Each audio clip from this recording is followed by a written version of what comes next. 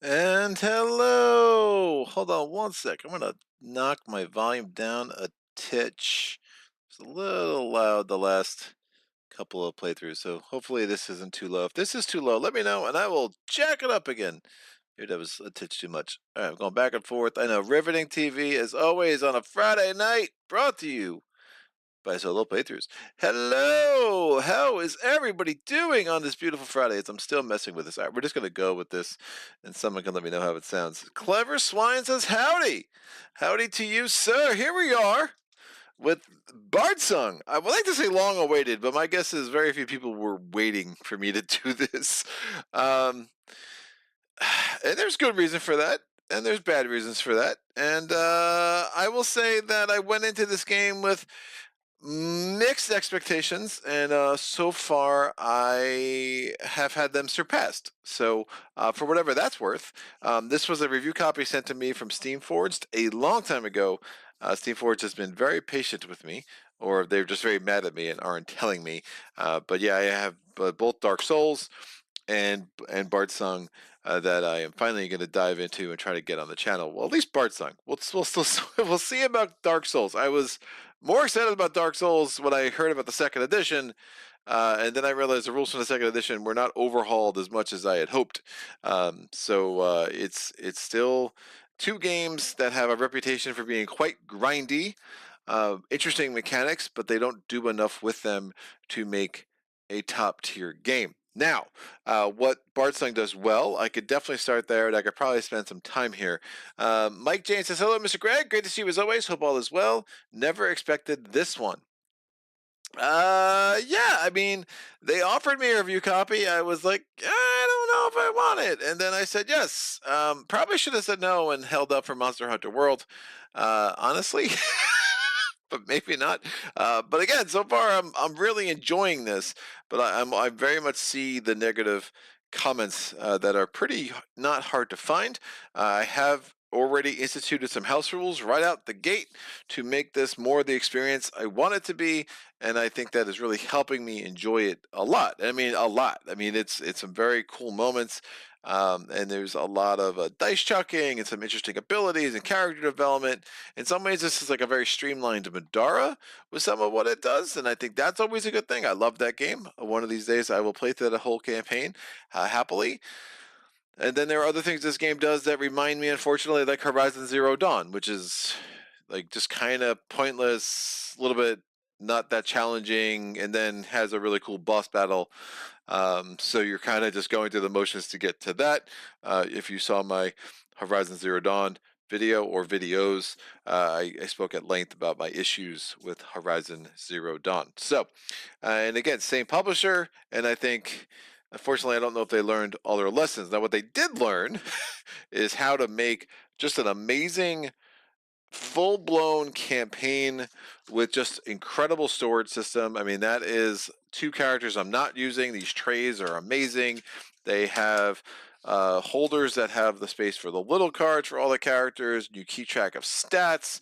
I mean, if Frosthaven had a system like this, wow, I would be much happier about Frosthaven or Gloomhaven for that matter, if we want to talk about that. The minis are very, very cool. I don't think they're. It does not seem like they are sun-kissed, but they are. Somehow the detail still really pops. It's a really cool color of gray with the nice black base. The tiles are great. The production, all the trays are really cool. There's a lot of terrain. I'm gonna sneeze. I'm gonna sneeze.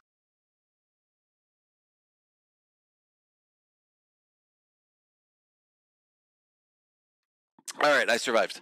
The box like has a place for all the bits of terrain to snap in, like just exactly where they're supposed to go. The mini trays are really nice.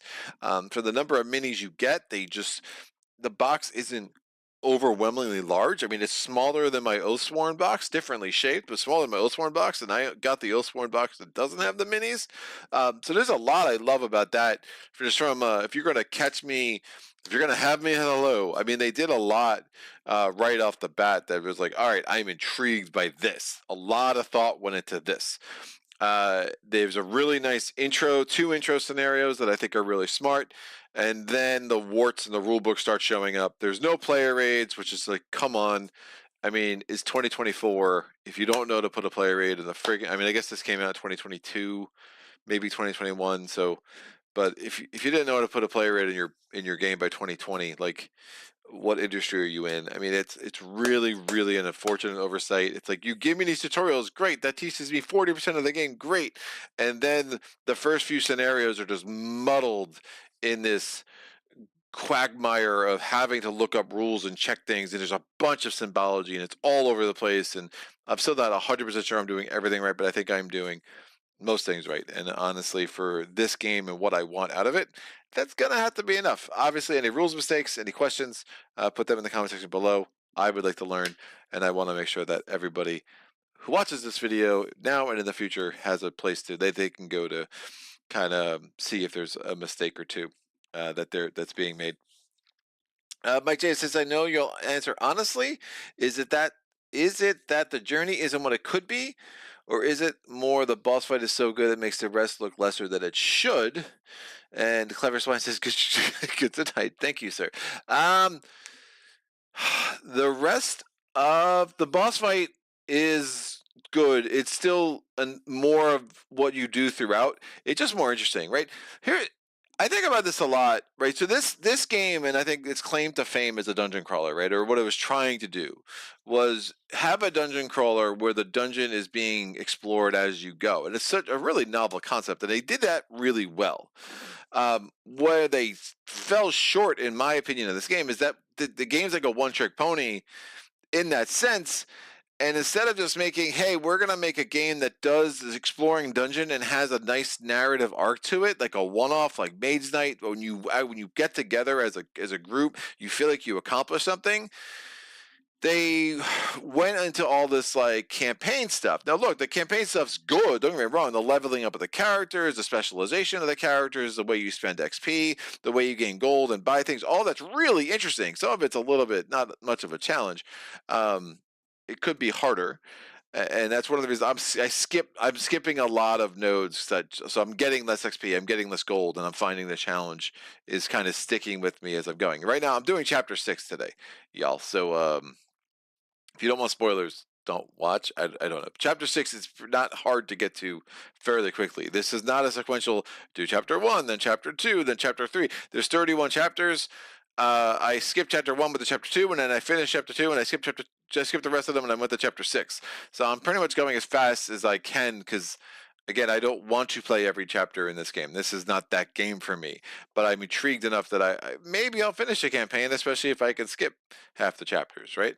For instance, but yeah, the game is what the biggest complaint about this game is that it's super grindy, and that you do these dungeon crawls, you kill some enemies, you get to the end, great. What do you do the next scenario? You do the same thing. It's like how Frosthaven was like, every scenario was kill all enemies, but at least there it was something different you were doing. It was different enemies. There was an interesting narrative. You had your road events, you had your town events, you had other stuff. Here it's kind of like, it's really just more of the same. It's the same enemies. Like, I was in chapter 2. I have a box full of enemies. I'm facing largely the same enemies in chapter 6 that I was in chapter 2. That's a problem. They do largely the same behaviors. They don't scale up. Like, the enemies don't go from level 2 to level 3 to level 4 to level 5 like they do in Gloomhaven or Frosthaven. They just stay the same. Meanwhile, you're getting stronger. So the enemies are just getting smushed. I mean, you get into a room, you kill the enemies, you get to another room, you kill the enemies, you get to another room, you kill the enemies, and you're like, where the bosses seem like, from what I've seen in the game, are going to get harder and harder and harder. So I think the bosses scale better. There's just a lot of promise in this game that I just don't think Steamforged has shown me yet with any of their games that they know how to deliver on. The only game that I wholeheartedly recommend from Steamforge's line of games, other than Euthia, again, with Euthia, Steamforge saved Euthia, but I love Resident Evil. I think Resident Evil is a great game. Resident Evil, I played they're numbering. I don't know. Go to my channel, you'll see the one I played. I think I played Resident Evil 3, which was, now they just came out with Resident Evil, the board game, which I don't know. There's a lot of lines.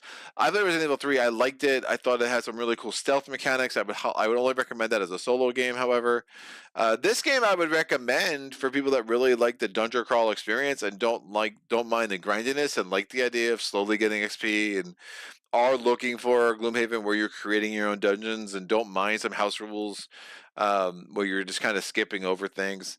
But I don't know. We'll see how it goes. I mean, the dice checking again is really good, and I think the balancing of it is super interesting. Enough. Like if one of your heroes dies, you fail a scenario, and then you have to decide to replay it. However, there's so many things you can do. Like if one of your heroes is about to die, like, oh, I'm just gonna flip over one of these potions, and then at the end I can spend $7 to get that back, right? So these things are these are our fate tokens. We'll be using those a lot. The rest of these give us really strong abilities. And I've played a number of scenarios already, and I still have my full complement of 12. I've never had a need to use any of them. So that's kind of telling, I think, where we're at. But all right, I digress.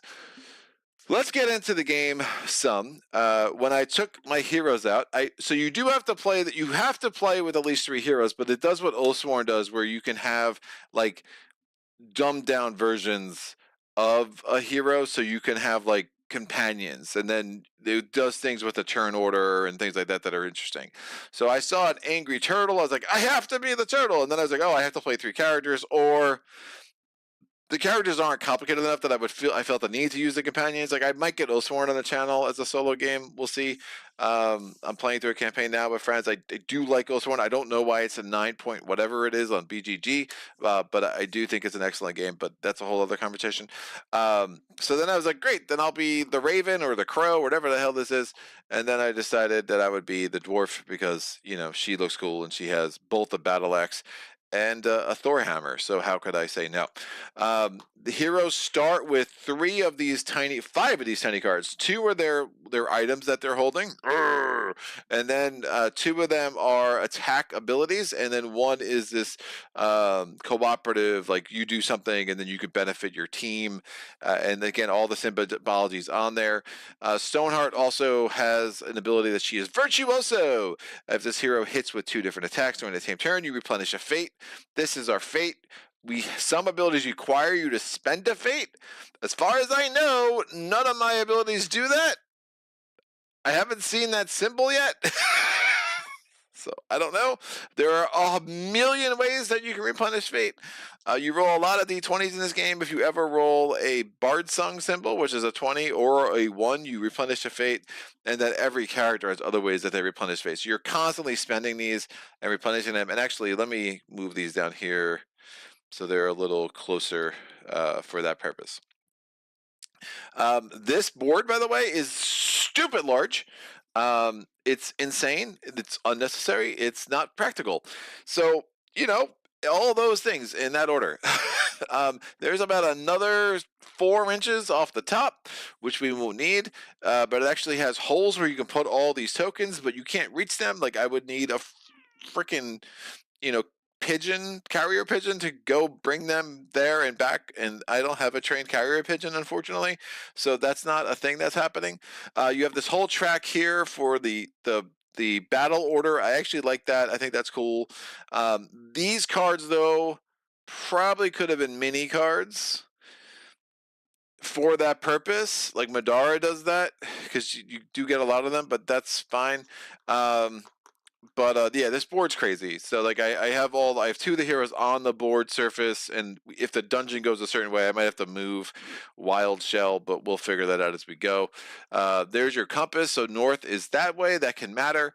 You'll see I have 2 treasures on the board too, and I'll explain that. There are these different glyphs that have appeared on the board, and when a dungeon tile touches a treasure tile token that's been placed on the board will get a chance to get that treasure from the Lost Treasure tech. The treasure can be really cool. I have 2 treasure already that I'm using. I actually have 3, but 1 I depleted at the end of the last scenario, so I'm not going to get into that. But so this one gives me +1 to attack rolls with Stoneheart. I have the treasure over here that lets me re-roll their first damage roll each turn, so that's pretty cool as well. I have 3 money that I've carried over. They did a lot with like double-sided tokens here and double-sided cards, and that's fine. You just got to be careful. It's really easy to forget what side things are supposed to be on.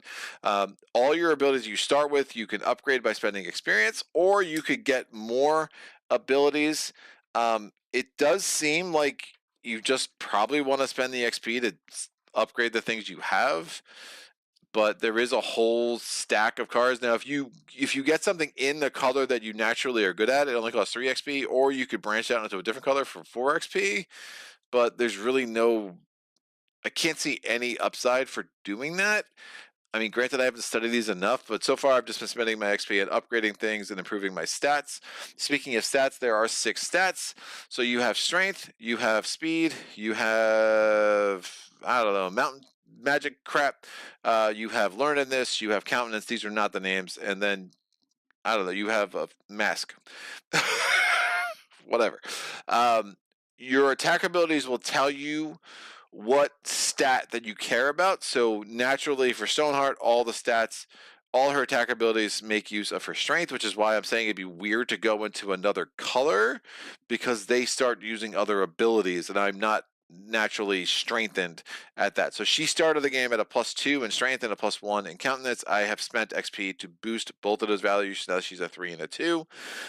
Wild Shell, all his attack abilities use this stat over here. I have also upgraded his countenance.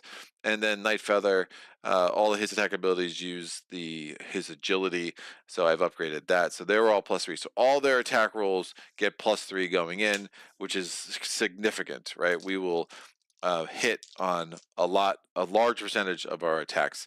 Then the question is, do we do damage? And that's a whole other calculus, which we'll get into. Clever Spine, did you ever get at the Tainted Grail? I keep looking at used copies for solo. Mike James's math stat is always the best stat. Excellent. I did back Kings of Ruin. I am excited about Kings of Ruin, especially if you look at 5. What is it? 5 and 5. One Stop Co-op Shop. Mike did his 5 and 5. Like, he really didn't like the original Tainted Grail. I was really excited about Kings of Ruin. So they definitely made some changes there. Again, another game that had a lot of good ideas, had a big problem with grindiness. Awaken Realms does that thing where they produce a game and it needs serious errata to fix it. It's it is what it is. So, but I'm excited about Tainted Grail. Again, it was like 2 games, like Tainted Grail, Aetherfields, both came out, both needed significant revisions by the community to reduce the grind, and now they're good games. Kings of Ruin, again, there's been a lot of content that I've watched. Like Shelf Side, I think, is a channel. There's a pretty large channel too. I always forget their name, but they did a whole breakdown about what's different about Kings of Ruin.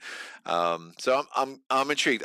I've heard mixed things about the combat. Some people say the combat's great. Some people say it's like, but I'm super interested to see how that plays out. The story does look pretty phenomenal. So I will probably never go back to the original Tainted Grail, and I'll just do Kings of Ruin. But like right now, like one of the reasons I'm going through a game like Bardsong is like, I just got Euthia. I just got the first part of my primal shipment, and I'm like, I gotta clear some games out. And like big campaign games, I'm not somebody who's gonna play a big campaign twice.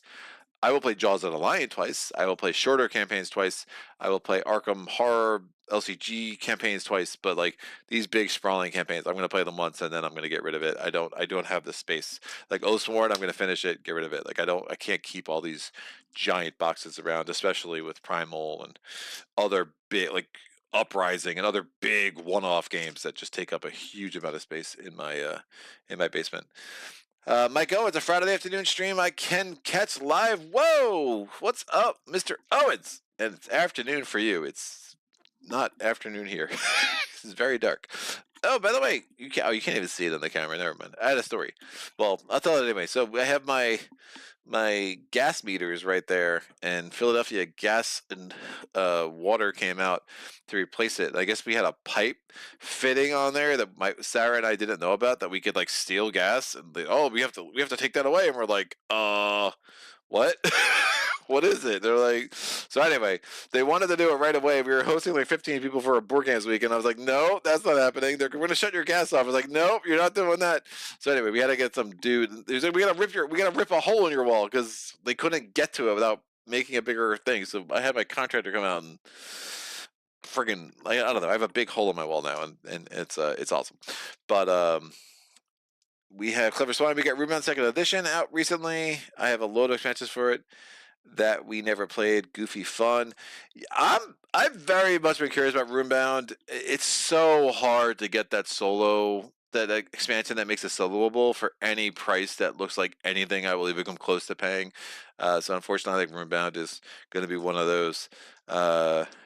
Someday if I get lucky, if I'm at a I'm in a thrift store. Clever Swine says, I'm in sunny San Diego. Nice. And Mike Owen says, only 4:35 p.m. on the better coast. I mean, it's hard to argue with that in some ways, but I do love the cold. So, I think if I was on the better coast, I would be up in like Seattle, somewhere north. All right, let's make this happen. So, every chapter. By the way, what's the overarching story in this game? I don't know. It's really, I'm sure it's interesting if I wanted to like study it, but it's like not smack in your face, like obvious what the hell's going on here. I guess there was this like magic that like people used too much of, and the gods had to leave, but now it's back, and we're trying to do things that the bards will sing of our praises forever. And it's not great. I don't know. There were goblins. They were doing stuff. We saw them. We started chasing them into dungeons. Some guys like, oh, come over here and get gold, and we're like, no, screw you. We earn like favor. Like we started here in the campaign, and I got -2 because I went to chapter 6 instead of chapter 5. I haven't seen that affect anything yet. I don't know. It's a thing. Some of the mechanics about combat, how that works, and damage and stuff, I'll just kind of talk about as we go through. But anyway, when you get to a campaign page in a chapter, you have to start in 6A. I have to start in 6A. Oop, there's no treasures, kids. I lied. I'm a lying liar.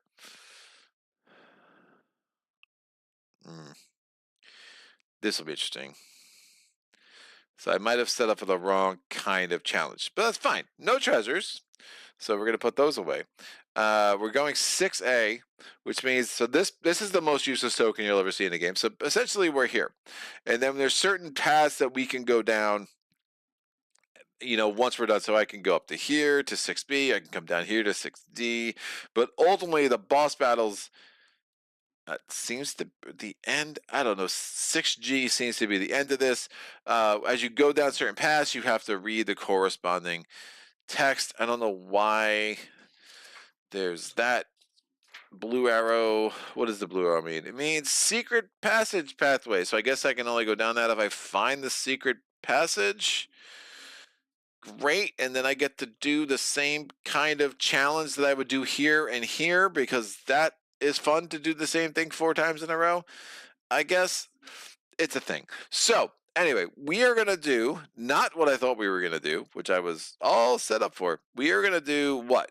This is that encounter. So that rune tells me we can go to our encounter page, which again, is there a special cheat sheet to help you understand what that is? No. You just have to, go back in the rule book, which is annoying because whatever. So I just took a picture of all the stuff that I need. All right, so we are doing a hidden tunnel scenario, kids. This is going to be exciting. We're going to place the entrance tile in the center of the board's south edge in the same place as standard close encounters. So that's fine. And when that gets placed, that gets 3 doors on it, and then all of our dudes will start there. Now, 2 words to care about. There are zones and then there are areas. We right now are all in the same zone on this tile, and that zone is part of a larger area. This tile specifically has 4 areas. If you are confused about where zones are in the tiles, well, sometimes the art isn't the easiest to see, you have this handy chart.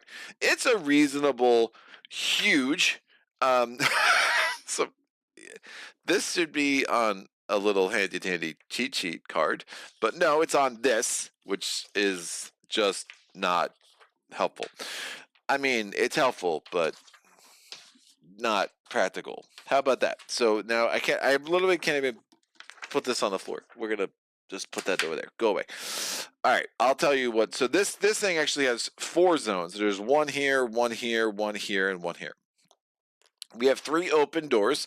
Closing doors can be important because sometimes as we make noise, this echo might come in and it's going to jump from area to area as opposed to zone. They probably should have used zone for area and area for zone, but they didn't. So that's what we're stuck with. And, I didn't make the rules, people. All right, so we're going to do this kind of scenario. Then shuffle the 4 hidden tunnel tokens and place one face down on each rune marker printed on the map. So instead of having treasure tokens, kids, we get these tokens. Ooh, hidden stairs or hidden tunnel tokens. Great. So I have these tokens, and when I remove this book, I will put one on each of the 4 runes, and I'm probably going to have to move my heroes, and that doesn't make me super happy, but we shall deal. All right, completing the encounter. A hidden tunnel encounter can be completed by escaping in the same way as a standard crawl encounter, but also includes an alternative way to complete the encounter. During the encounter, if a tile is placed and touches a hidden tunnel token, place the token face down on the tile's thing. So every tile has this little blue space, which they don't give it a name, which is super helpful. When something goes there, certain effects can happen. If a hero moves into the zone containing the thing, flip the token. If the token is blank and is discarded, if the token has a trap symbol, discard the token. Then the hero makes a target number 10 using swiftness as a bonus action roll. If they fail, they suffer action roll. I don't think it's an action. It's just a roll. So that's, again, some of the language they use is very unfortunate. They fail, they suffer damage. Now, there's 2 ways to suffer damage. Most of the damage you're going to get is face down. If you get a serious wound, though, it goes face up. Serious wounds can have really annoying effects that can make your life a little bit harder, or a lot harder. Depends what the effect is. All right, if the token has stairs artwork, leave it by the zone. Then heroes may use these stairs to escape, described in the standard crawl encounter. Special rules: the heroes must escape the encounter by the hidden tunnel token in order to use the secret pathway connected to the node. So if I want to go to 6D, I best find the hidden tunnel. I don't know why. Then I could do 3 of the same. I could do. I don't know. It's weird, but because over here is all the treasure and the narrative. So why would I? It's the same number of things. None of that makes sense. Because I would probably want to read the narrative, no? Unless the narrative is really bad and I get to avoid it? I don't know. But then I don't get the treasures. There's freaking 1, 2, 3, 4 treasures and the other things. Okay, whatever. That's fine. We'll figure it out, kids. We'll just maybe do it anyway. Just do something dumb and see what happens. Because the other scenarios here, torchlight. If I want to do a torchlight in scenario, so maybe I do 1 standard and 2 torchlight. I'm definitely skipping nodes. This is not. I might try to get to the boss. Assuming that's a boss battle, it might not be a boss battle. I think that symbol. I thought that symbol was usually for boss battles. Entrance or exit. I know when I complete this, it's probably going to tell me to set up the boss battle. And maybe if I go to secret passage, it will give me a benefit, but I get none of that treasure, which is super sad. But all right, so we can either exit the same way or by the hidden stairs. The same way is if we don't find the secret passageway, we can essentially keep exploring until we get tiles that go beyond the top of this line here. and then we put stairs on top of that token, and then we could spend an action to leave while there. I digress. All right, so we're just gonna go some little story time with Greg. We are in the Forgotten Passage chapter, chapter 6. Like it or not, sometimes even the most noble of adventurers must chase the gold. Sad though it may be, heroic deeds of rescue seldom pay well. The memory of the destitute settlements you passed through these last few days do little to convince you this will be the exception. Perhaps, besides, you tell yourself, plenty of good deeds can be done with the treasure. For now, the latter is enough to dispel the reality that you've left the villagers to whatever fate might have in store for them. Your path soon leads you to a quieter part of this underground warren. As you descend, the stink of hobgoblins abates, soon replaced by a sickly sweet pollen. Large tree roots snake throughout these caverns, covered by green shoots and colorful flowers, blooming despite the gloom. It's a welcome, if unexpected, sight in these drab surroundings, although one which soon causes you concern. It surprises you little to see the stranger waiting for you, and even less the smile they wear. Do not think of nature as your friend, heroes. I assure you it does not think of you that way. Nature thinks only of itself. I would advise you to do the same. The figure gestures to an overgrown path, one you'll obviously need to cut through. The rewards you seek are to be found along the path ahead. By the time you look back, the hooded spirit is gone. This is the sucker that told us to go this way, whatever. If you want to find the treasure on this path, you must make a decision. Will you be respectful of your surroundings, or give in to the reckless and destructive urge to hack your way through? Sure. So there's different card decks. We had to take cards out, add cards in. You're supposed to reshuffle them every encounter. I'm not doing that. One of the things I read, which is I'm using, just basically only shuffle when you're totally out of cards. That way it keeps a little fresher. You don't repeat the same crap over and over in a game that's already a little grindy. We have a Lost Treasure deck. We have corridor and room decks as we explore. This counts as a room, I believe. It's not totally clear. So first time we explore, we're going to add a corridor, and then when we explore from the corridor, we'll add a room, and then room goes to corridor goes to room, etc., etc., etc. And there's certain that's how enemies will spawn. We're going to draw some events, like things will happen that are all fairly interesting, if not repetitive, which is again the problem. Special rules: at the start of the chapter, retrieve cards C175 from the challenge aspect vault, then read narrative entry. Cough, cough. No. Retrieve 175 and then read entry 120. Now, the narrative entries are all on the back of this chapter book. So I'm going to go to the C deck. We're going to retrieve card 175. There were 214 of these suckers. 175. Welcome to the team. And now we're going to go to narrative entry 20.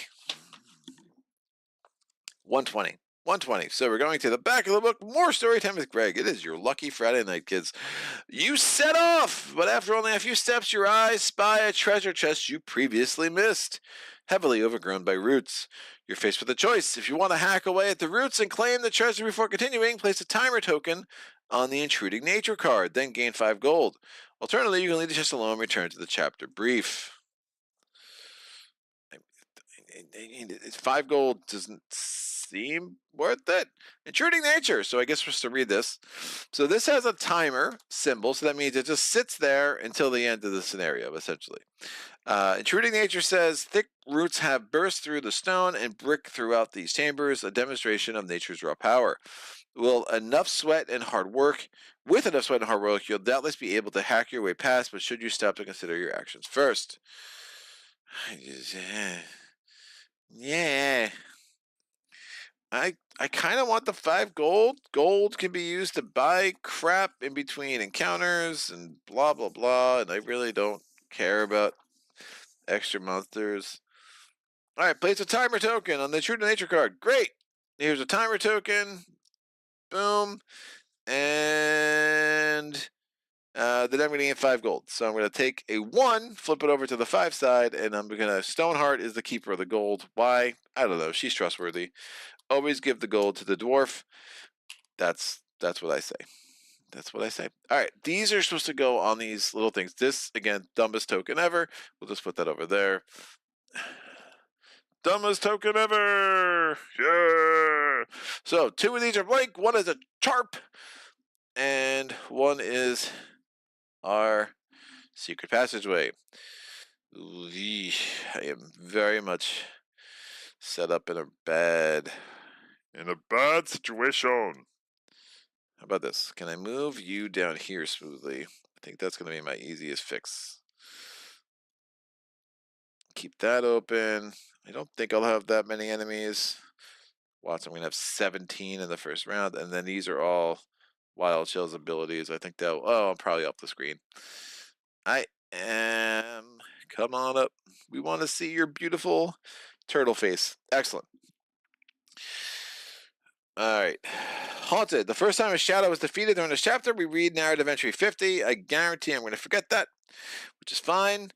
Nature's Guardians. If a nature elemental is defeated, place a timer token on the intruding nature card. At the start of each round, if there are no tokens on the intruding nature card, and there are no enemies in the same area as the nature elemental, remove the nature elemental from the playing area. If the intruding nature card has 1 or more tokens on it, nature elementals will not use the devour behavior, which I will explain that in a second as soon as we start seeing some enemies. All right, so I'm putting this sucker over here. We've done our job, and now I just want to get started. So it is the first round. I am going to get the round order player aid. Oh, never mind. That doesn't exist. So I'm just going to take a look at the picture of the round order that I took from the rule book, because that's super fun. All right, so first thing we're going to do in the round is we are going to shuffle and set up our battle order, I think is what they call it. Marching orders. I don't know. They have some fancy name for it. And I'm just going to roll a die because it's always a unique deck of small cards. So Stoneheart's going to go first, followed by Night Feather, followed by Wild Shell. So Stoneheart is going to, with a move action, her move value is 2. Coughing is going to be great. We're pretty early in this for me to have coughing fits, so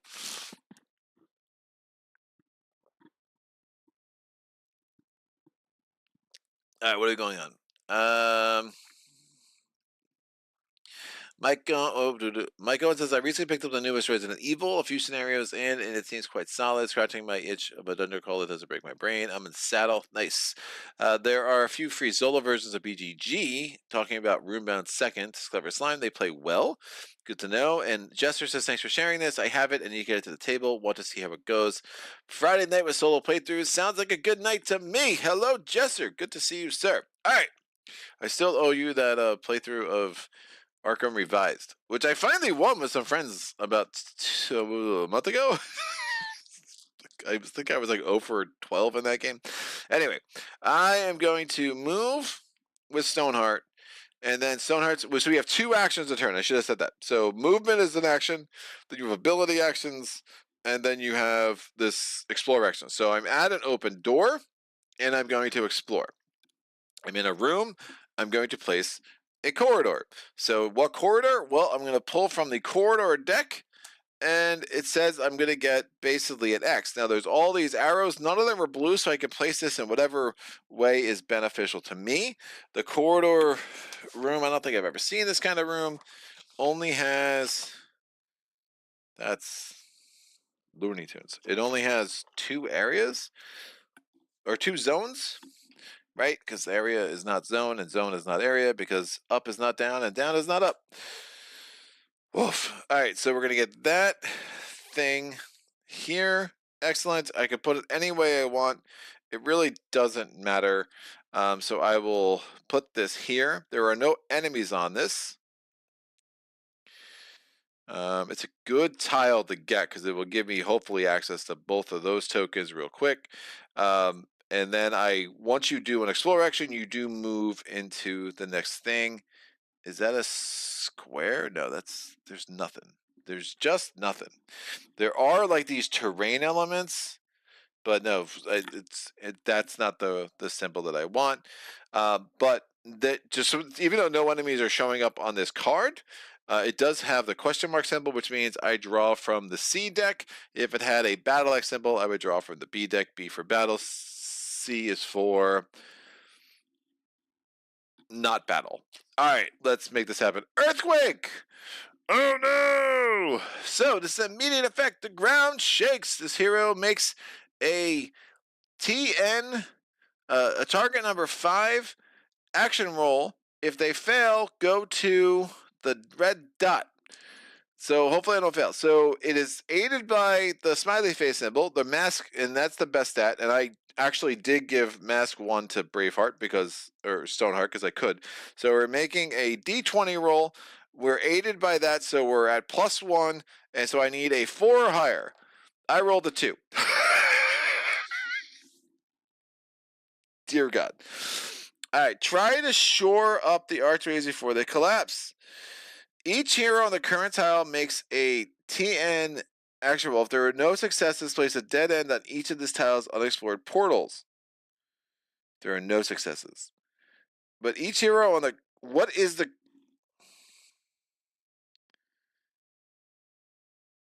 If they fail, go to this. Oh. Alright, so if I had succeeded, I would have 3 shots at this, but because I failed, I only have 1 shot at it because I can't bring any other heroes to the current tile. That makes sense. So now I'm making a target number 12 roll, so I need to get a 12. I am +3 on strength, so I succeed on a 9 or better, and I rolled an 18. That's what I'm talking about. Alright. So I got a success. I don't have to put dead ends because that would super suck. There are no doors or anything on this, so I don't put any new one of these. And then this goes away, but because I satisfied this, I do get 1 gold for the group. At least I think I do, because if it's an enemy with gold, I get it. I don't know if the rules really tell me if I'm supposed to get that gold, but I'm pretty sure I do. And then I'm just going to put this at the bottom of the C deck.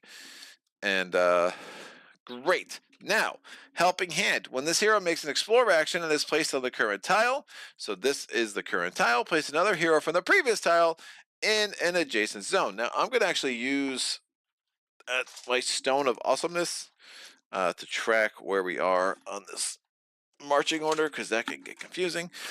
So I can, from a previous tile, place in an adjacent zone. The turtle's a little slow, so I'm going to move Mr. Yeah, but yeah, turtle slow. I'll move him into here, but he's not exploring for a minute, but I think that's still fine. All right, so he's in there. This is out. I'm going to put this at the bottom of the room deck or the corridor deck, and we'll go there. So that was 2 actions. I moved, I explored. It is over. Night Feather is going to go. Now, Night Feather is going to move, and we're going to do some exploring as well. So you can explore as long as there's an opening at the end, and it's not a dead end. You will see dead ends. They are a thing. But we're going to move 1 and 2. And what's his... He's got a surf reactions. Right. That's another thing. Actually, we should go to the... Do I go to the turtle side? Yeah, I'll leave this turtle back there. That's fine. So 1, 2. That was our first action with Night Feather. Night Feather is now also going to explore. So we're in a corridor. Now we need a room. Oh my gosh, so many enemies. Oh no. All right. So we need to get a square.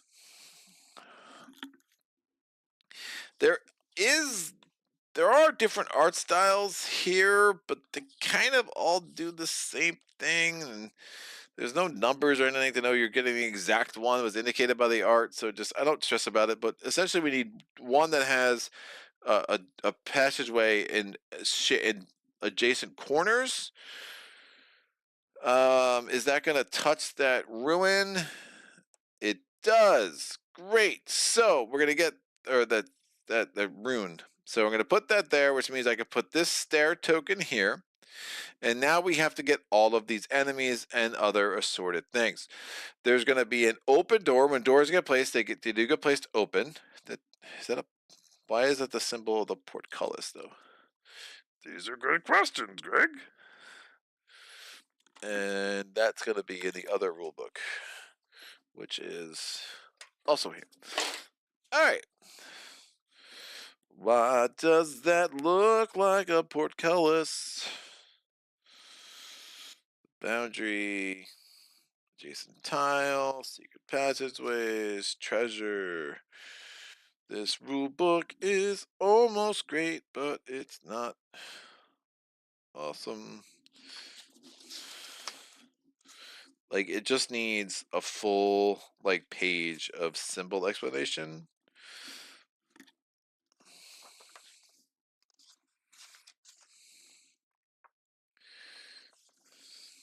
Some doors have a door symbol.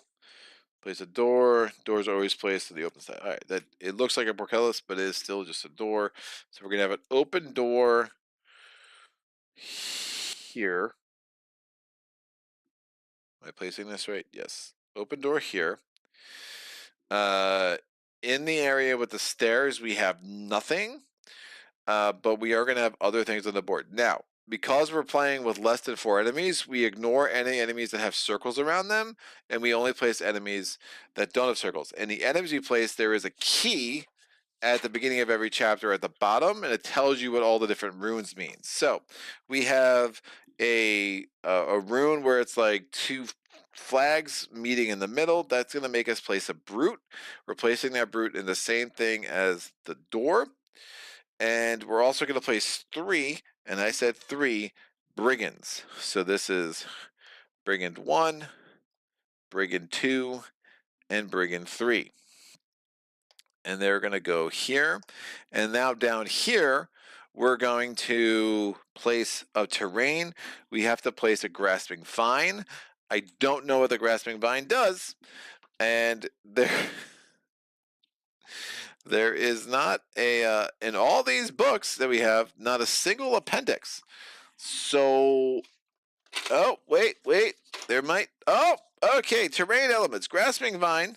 If a hero attempts to leave a zone containing a grasping vine token during a move action, they suffer a target number 10 parting blow. If they fail the roll, they suffer a damage. There are enemies in the same room who will ignore this token. If they're enemies, so if I was, got it. So parting zone, so if I was in a place with an enemy and I try to move, they actually try to hit me on my way out. It's all very exciting. All right. I'm going to finish my thing here, and then I have this ability, which says when the hero makes an explore action is placed in the current tile, I can immediately do a dodge that allows me to be placed in an adjacent zone. I don't care. I'll stay right there. It's fine. What could go wrong? All right. Now we still have to draw a battle axe. So we placed everything that's on the card, and now we draw a battle axe card as well. So things got interesting, kids. The echoes in the distance. A troubling round echoes from far away. Troubling sound. Activate the echo token. If there are fewer than 3 tiles, there are exactly 3 tiles. Shuffle this card back into the deck and draw a replacement. But there are exactly 3 tiles, so we're activating the echo token. The echo token gets activated. It's not on the board, so now it gets placed on the board. And we'll talk about what the echo token does in a little bit, and then this card just goes away. All right. Woo! So we are done. Now I'm here. I do get to flip this. It's nothing. So did not find the stairs to the secret passageway. We are indeed going to have to continue on in our journey. So what's going to happen? We're going to get the cards for the 2 enemy types that we just put on the board. So we get the brigand and we get the brute. The brute's going to come in on this side, which gives him some interesting abilities and stats. And then the brigand is only one-sided, so we put him on the one side with that beautiful art. They are both going to get placed in the marching orders. Since they are placed in the marching orders, they did not exist before. The round immediately ends, but does not trigger the end of round phase. So this is one way to like extend your time doing certain things. And we immediately reshuffle everything, and we start over. That can mean that Knife Feather might get 2 turns in a row. Totally fine. But we'll see. It also could mean that all the enemies activate and Knife Feather is about to get pummeled, and that could be really bad if that happens. So let's hope that does not. So I'm going to roll a d6. I rolled a 3, so the brigands are going to go first. Next, we have Wild Shell. That's good. Next, we have, I rolled a 3. I only have 3 cards left, so the Brute. That's bad. Next, we have Stoneheart, and next we have Nightfeather. So Nightfeather's like, here I am! And Nightfeather is super late to the party, kids. And that's not entirely great. All right, so the brigands are all going to go. We activate the northernmost brigand. That's up there. So the northernmost brigand is this guy. And what's he going to do? We're going to look at his marching orders. He is ferocious. We know that because of that symbol right there. Grrr. He also is a melee combatant. He does not have a ranged attack. So we're going to take this card and we're going to see what he does. This is in a bracket, so he only does, we go top to bottom, we find the one activation he can do, we do that activation, and then that's his turn, then we activate all of the brigands. So, he's going to attack a hero in the same zone. He cannot. He's going to attack a hero in an unengaged zone.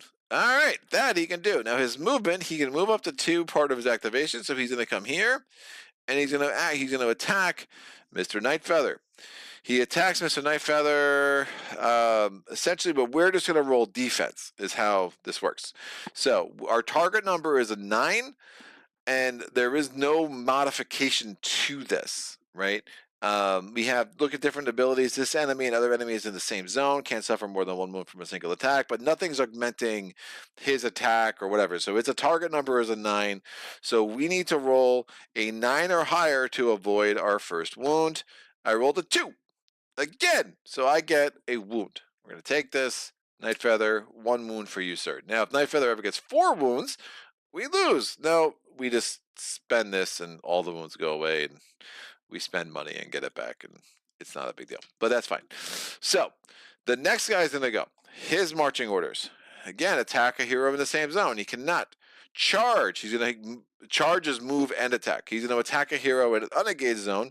He has one. He can go 1, 2. And now he's attacking Stoneheart. Oh, wait. I also had a natural defense of 1, which I forgot to add. So it is what it is. Doesn't matter. I rolled a 2. So now I have a +2 for Stoneheart. So I essentially need to roll a 7 or higher to avoid a wound. I rolled a 19. That's what I'm talking about. And now we have our last brigand. So is going to attack a hero in the same zone. Cannot. Attack a hero in an unengaged zone. Well, 1, 2, it can't get to Mr. Turtle over here, so it's going to attack a hero in an engaged zone, and at that point, it's going to attack based on initiative order. So even though this guy is closer, initiative order is a tiebreaker, and I'm going to check that because it always feels wrong, but I do think this is one way they've managed to streamline. Preferred target. If there are multiple eligible targets and further tiebreak is needed. Preferred targets. When an enemy makes an action, this will ultimately multiple targets in range.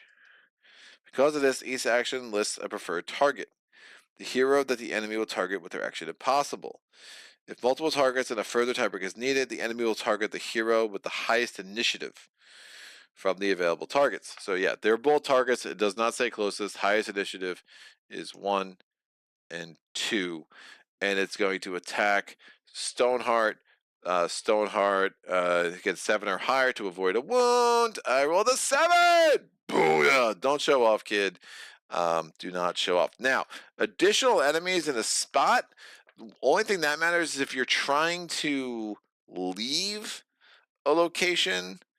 What is the move action? Enemy turns. There's something when you're trying to move.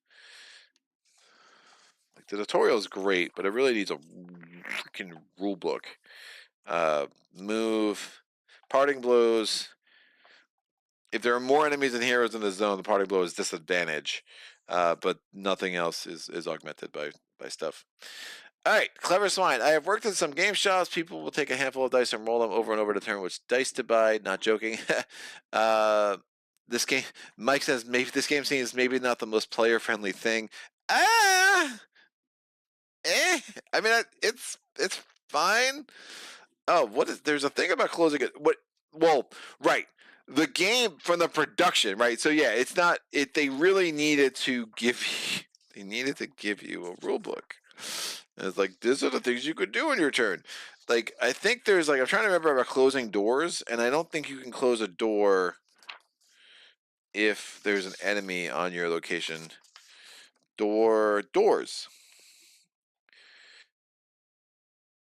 If there are enemy cards in a marching order, the hero must also spend a toolkit token in order to flip a door to the closed side.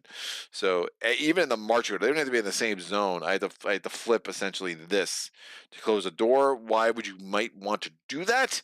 Closing doors is really helpful to slow down the echo. Avoiding the echo is really helpful because there's wandering monsters, and that's a whole other thing. All right, but the brigands are done, so I'm putting Ferocious back, and we're going to the Wild Shell's turn. A Wild Shell is interesting.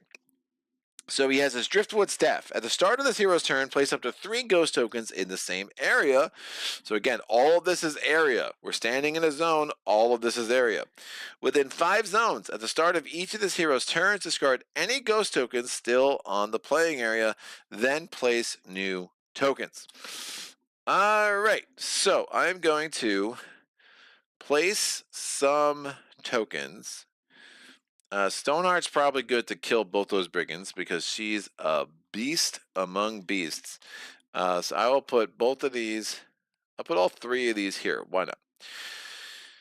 Now, I am a Soul Seer, so when an enemy in the same zone as a ghost token gains a condition token, I replenish 1 fate. And I have all of these abilities. So we have Premonition, is when this hero uses the Explore action after dealing the new marching order, 1 enemy suffers Bane. Bane gives you advantage the next time you attack them. If the enemy has lower initiative than Wild Shell, then lower is, this is higher, this is lower. So it goes higher to lower, left to right. We have Ghost Lights here. So when Wild Shell makes a damage roll against an enemy in the same zone as a ghost token, it always causes a critical hit on a 4 or higher, which is, we'll explain the damage rolls in a second. And then we have 2 attacks. 1 I have not upgraded, 1 I have. So the 1 I have not upgraded is Poltergeist. Normally you could only use your attack abilities once a round. This is different with Wild Shell. He actually can use one of his twice. We'll talk about that. So we have Poltergeist. Poltergeist is just a normal attack. If we hit, we could push something. If we get a critical, and we'll talk about criticals, you do 1 damage and you can push it. Curse is if you hit, you can basically add a condition token, and if you do a critical, you just do a damage. Both of these attacks, again, use this stat here, so it's +3 because I have spent a lot of XP to upgrade that. But Curse says this hero can discard a ghost token from the same zone as a target to empower the attack or the damage roll. Empowering damage rolls is very rare, and that's very cool. Its attack hits an enemy, they suffer either Bane or Weaken. You weaken? What is your, yeah, Weaken? That action may be used. This action may be used twice per turn. Again, it's one of the few attacks you can use twice a turn. What does empower mean? Well, normally, if I want to empower an attack, and only an attack, I can spend one of my fates to add a D4 to that attack. It's very, I mean, think about the math of that. It can make a big difference, right? And 25% of the time, you're only adding 1, but like, again, even that 1 can make a big difference. With Wild Shell, with his little ghost tokens, he essentially can almost empower every one of his attacks, and he can also try to empower his damage rolls, which is important because every character has a different type of die they use for damage rolls. Stoneheart uses a D8, right? Chance of high numbers is really strong. Nightfeather uses a D6. So Wild Shell only uses a D4. And why that's important is some of these characters, they have this number here that you have to hit or exceed that number in order to do a critical hit. The Brute, for instance, is a 6. I can't get to a 6 with a D4. Well, I could empower it and maybe get there, but remember, if I roll a 4, I always cause a critical on a 4 or higher. The interesting thing I have to remember with that is, against the Brute, I might have to choose which is my main and which is the empowered. I just thought about that. They probably should be different colors, but what do I know? All right. Do I have a D4 that is a different color? No. I think I might.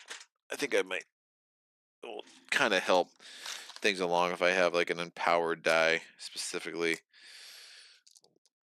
What color are you? That's green. You might not be able to see it on the camera, but that is definitely a different color. So that will be my empowered die, just to make things a little bit more straightforward. So Wild Shell is standing there, does do ranged attack, and it essentially is doing magic attacks.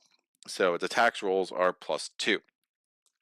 I'm going to spend this ghost token based on the ability of ghost lights, and I'm going to, nope, not ghost lights. I'm going to spend this token on curse, and we're just going to try to kill one of these brigands. So I'm doing my d20, and I'm doing my empower die. I rolled a 14 and a 3, so I hit. I exceeded the target number. Now, had I rolled a 1, had I rolled a 20, I don't even need to do the next step of this. It's an automatic hit. I hit a critical no matter what. But because I did not roll a 20, I have to now do a damage roll. I'm going to remove a ghost token to empower my damage roll, and I need to get a 4 or higher with the combination of these two dice. I got a 4 and a 1. The empower die gave me the 4, so I got a 5. So I got a critical. So if the attack hits, which it did, the enemy's going to suffer Bane or weaken. I'm going to make it suffer Bane. And because when an enemy is in the same zone as a ghost token gains a condition token, I replenish one fate. We haven't spent any fate yet. But I also do 1 damage to this brigand. Now, my second action, I'm going to do the same attack against the same enemy. Notice, like, nothing's blocking line of sight. I can choose who I'm attacking. It's all fine.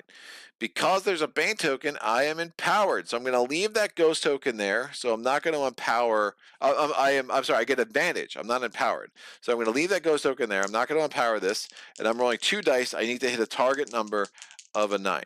Oh, plus 3. So I need to essentially roll a 6 or higher. I rolled a 5 and a 10. Since I had advantage, we're good.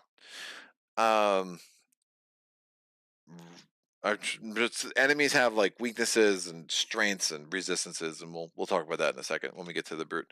All right, so I can use the 10. I hit, and now I'm going to use this last ghost token to empower this damage roll. So I have my regular die and my empower die. I rolled a 3 and a 2. That adds up to more than 4. So I do a second damage to the brigand. He gets 2 damage on him. When he gets 2 damage, he dies. So 2 is always the magic number, and what happens when you do 2, it depends on the card that you're attacking. That's even true with bosses, but there's a lot more complexity with the bosses, which I'll get to if we get to a boss, or I'll just kind of explain how it works at the end of this video. Now, notice the brigand has a coin on his card. We only get that coin not for every brigand we kill, but for removing this card from the marching orders altogether. It's a pretty important distinction. All right, so Wild Shell did 2 actions. They used the same curse ability twice, and now we're going to go to the Brute's turn. So the Brute is disciplined. So attack a hero in the same zone. Charge a hero in an engaged zone. So it can move up to 2. Who is it charging? Well, it's charging the one with higher initiative, which is still Stoneheart. So it's going to come over here. We only have 1 hero in an engaged zone. The Brute likes to be around their friends. Again, especially because of their special ability, where that's actually going to really nerf Stoneheart's turn, actually. So that's no bueno. All right, so the Brute's going to go, wah, wah, forget you, Raven. I don't really care. So maybe I didn't want to kill that guy with Turtle, but hey, it's too late. And the Brute's going to attack. So the number for the Brute is only an 8, so that's not horrible. And Stoneheart's getting attacked, so she needs to essentially roll, because she has 2 armor. I need to roll 6 or higher to not take a damage. I rolled a 9. We do not take any damage. That's their turn. However, they missed. They still push, and it goes to an adjacent zone. We'll just go over here. Stoneheart's turn. Stoneheart would like to do some damage. Remember, because they're all in the same zone, a single attack can never make them suffer more than 1 wound. So we want to stop that ability for the future, because it's really freaking annoying. So Stoneheart's going to do a couple of things. So what are her abilities? If this hero hits with 2 different attacks, you replenish a fate. We have Balanced Strike, which is a normal attack. It's a melee. Remember, the Brute is also resistant to melee attacks, so it's important to note. So we have to roll at disadvantage, which is a problem. There are enemies that are weak to certain things, but the plus sign means they're resistant. I do wish that symbol was a lot bigger, because it's very easy to miss as you're learning this game. Backswing. If this attack hits after resolving the effects, apply the same effects to another enemy in the same zone, and then we have charge. Before this attack is resolved, the hero may move to 3 zones. If the hero moves, add +1 to the attack and the damage rolls. So, Stoneheart is going to use her charge ability. She's going to move into here, and we're going to attack the brute. We really want to get him out of there to make the rest of these guys go away, but that means we have to roll a disadvantage. I'm +1 from charge, I'm +1 from this little add-on to my ancestral axe, and I'm +3 because I'm using my strength stat. So I'm +5 going in. We only need to get to an 8, right? But I'm still going to empower the sucker to try to make sure this happens. So I'm rolling 2 dice with an empower symbol, and we essentially need to roll a 3 or better combined with the empowered and the die on both of them. So, wow, we get rid of the 4 because we're disadvantaged. We get rid of the better one. We roll the 3 plus the empower is a 4 +1 +1 +3, so we get to a 7. No, I'm sorry, 4. We get to a 9. So we do hit, and now we do a power roll. And we do our damage roll. So I'm gonna roll my D8. I need to hit. I need a 6 or higher to hit. But because I'm doing charge, I'm doing 1 damage. I'm sorry, I need 6 or higher on critical, but criticals are relevant because he can't suffer more than 1 damage because he's the brute. So I'm doing 1 damage no matter what, but I'm going to roll this anyway. I rolled a 5, so it wouldn't have been a critical no matter what, but I'm doing 1 damage to Seigneur Brute. He's French. All right, now we're going again. I'm going to use backswing. I'm going to empower this, and I'm not attacking the brute. I'm attacking one of the brigands. So that means I don't have to worry about this disadvantage. I'm going to roll 2 d20s. I'm going to roll 1 d20. I mean, I am going to empower this with the empower die, which means I'm using another fate token. All right, I need to get to a 9. I'm only at +4, but we should be good. So a 5 or higher combined with these 2 dice. I rolled a 7 and a 1. We hit. We're going to go over here. If this hero hits with 2 different attacks during their same turn, replenish 1 fate. So we replenish that. I've hit this brigand. I'm now deciding if I did a critical or not with this backswing. So I need, for the brigand, I only need a 4 or higher. I'm rolling my d8. I rolled a 3. Doesn't matter, because either way, I'm only doing 1 damage to it. I could not do 2 because the brute is still on this side. So I'm getting 1 damage token on this brigand. And what does it say? If the attack hits, after resolving the effects, apply the same effects to another enemy in the same zone. I'm applying another damage to the brute. That essentially, well, 2 damage. What we do, we flip this card over. So we lose defensive line, so that's no longer a thing. The brute gets harder to hit. His target number goes from an 8 to a 10, but the damage roll, instead of reading a 6 to do damage, we can now do damage on a 4. I'm not even to do damage. We can do a critical hit on a 4 instead of a 6. All right. So, but he's flipped. Stoneheart did their job, and now we go to Nightfeather. Nightfeather is going to try to kill this nasty brute, right? I think that is going to make the most sense. So, what's up with Nightfeather? So, Nightfeather, isolated target. If this hero critically hits an enemy that is the only enemy in the zone, replenish 1 fate. Well, clearly that's not happening. We have the hero can reroll their first damage roll each turn. We have throwing knives, add +1 to this hero's attack range during this attack. We have taunt. Add +1 to this hero's attack range during his attack. If the attack hits, after resolving the effects, the target can be placed in the same zone as the hero. That's probably worth doing. And you'll see why. And then we have this piercing strike. If the target is the only target enemy in the zone, the attack roll can be rerolled and add +2 to the damage roll. So these are all upgraded. Like all 3 of those are upgraded for a combined 5 XP, which was nuts. I feel like it's cheating, but it's not. There was 2 and 1 and 2. So we're gonna do taunt. If the attack hits, after resolving the effects, a target can be placed in the same zone as this hero. I like that. So we're going to go against the brute. So we're attacking him with taunt. To hit, I'm adding this value.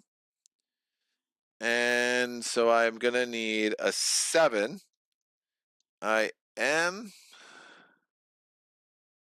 If the hero hit critically to this only enemy in the zone, replenish 1 fate. Do I want to risk it? I feel good about a 7, right? Should I empower? Should I empower is the question. No, I'm not going to empower this one. So I just need a 7 or higher. We're trying to get to that 10. 7 or higher, baby. That I rolled an 8 with a D12. 4. I should have kept the D12, right? No, I rolled the wrong die. I feel the math is wrong there, but I definitely rolled the wrong die. So I missed with that first attack, which means I can't do taunt again, and that's super annoying. But that will still let me do piercing. Throwing knives? Why not? Oh, throwing knives lets me. I probably should have empowered. Because throwing knives lets me replenish 1 anyway. But I wanted to do this. Yeah, so I'm going to do throwing knives. I'm going to empower with throwing knives. And that's going to let me refresh 1 anyway. So I don't know why I wouldn't. I don't know. All that's whacked out. But yeah, that symbol there is the inspire. Flip an exhausted fate token to the active side. Just whether I hit or not. It's just a thing that happens. So, okay. So I'm rolling. I'm going to roll against the brute again. I rolled a 1 and a 3. And, yeah, you, Night Feather, you suck. That was really bad. That was a really kind of useless turn. All right. What is going on? Jester says this game looks complex but cool. Interesting ideas. I think they were adding to the dungeon crawl. Yeah, the ideas are great. They just kind of ran. They had like several good ideas, and instead of making a shorter game with the several good ideas they had, they just did bad things that I regret. My phone was dying, so this is going to be a little awkward. I'm just going to have to hope it doesn't die yet. All right, so we now got to the end phase. We went through the entire marching order, so our first real end phase. Resolve any condition token effects. There are none. Resolve any delayed aspects at the end of the marching order. There are none. Well, there's this intruding nature.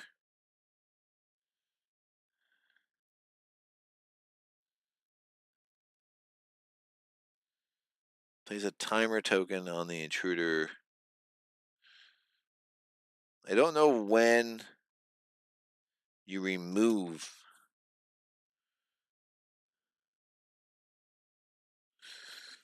I guess you just take.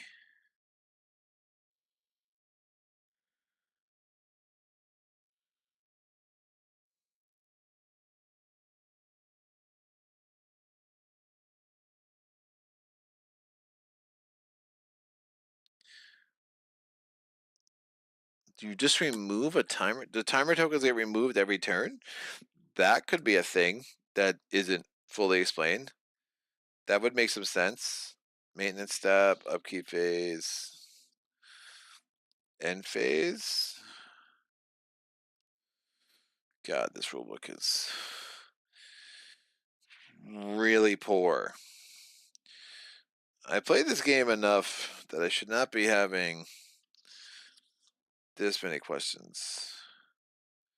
Timer tokens, the vaults. So I'm trying to make sense of how this thing would ever be cleared off. Because like once you put a timer token, it's like you would like literally have to never put a timer token on there. I think it doesn't come off.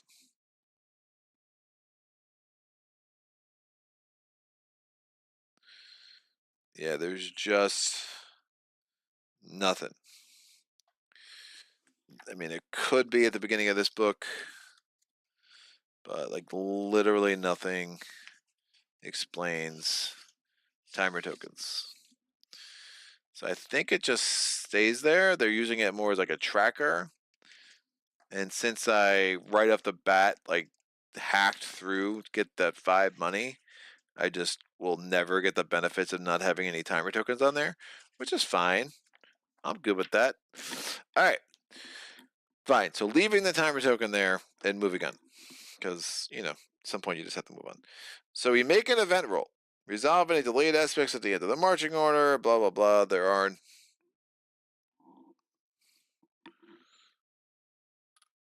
Yeah, it just stays there.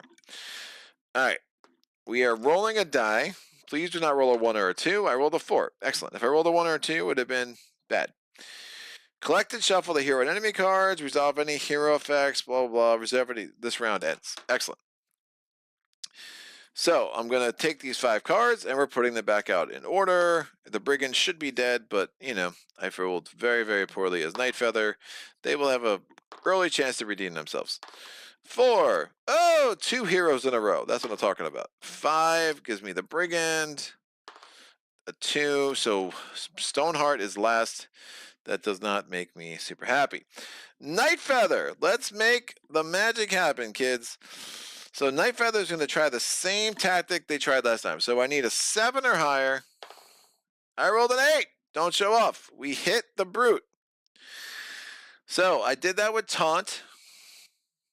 And at the resounding infested target, great. So now I'm trying to do a critical. I need a 4 or higher. I'm just rolling a d6. I rolled a 2. So I missed.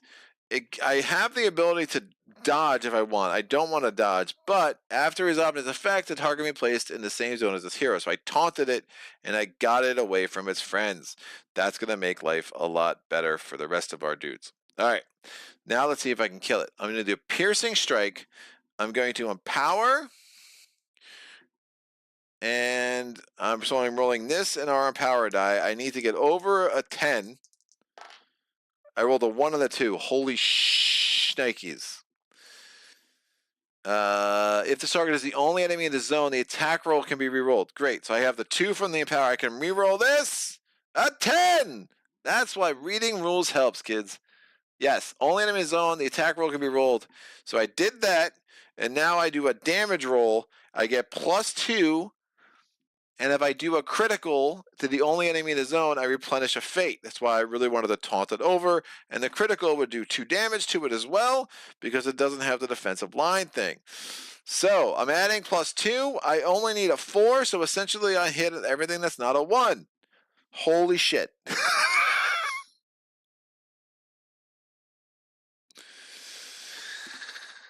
Oh my gosh. Oh, this is my first damage roll each turn. Oh, I could have re-rolled the first one.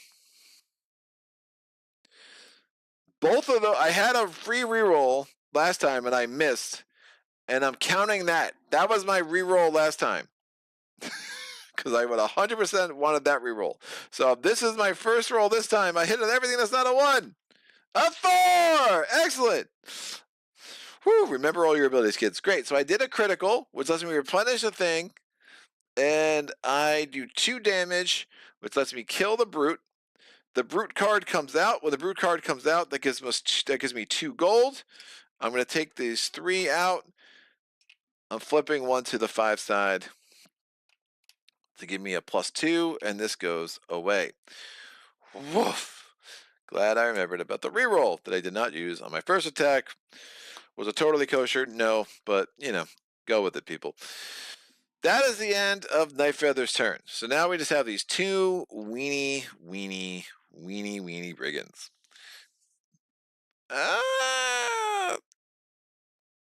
Yep. All right. Wild Shell. What is Wild Shell going to do? Well, Wild Shell is like, I got ghost tokens, yo. So he's going to put some of these out. I don't think I can kill both these brigands. Maybe we can just get it down to 1.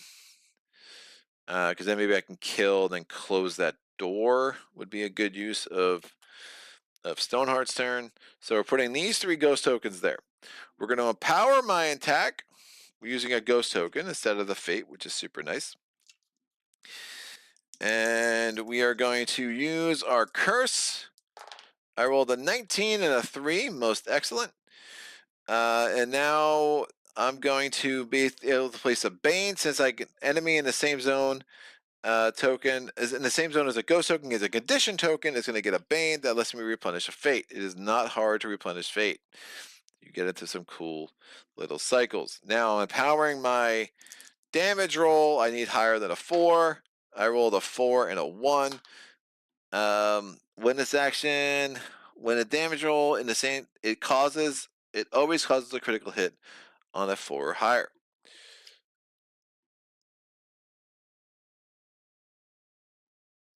Right. So we have essentially, is that on the right side? I think so. 1, 2.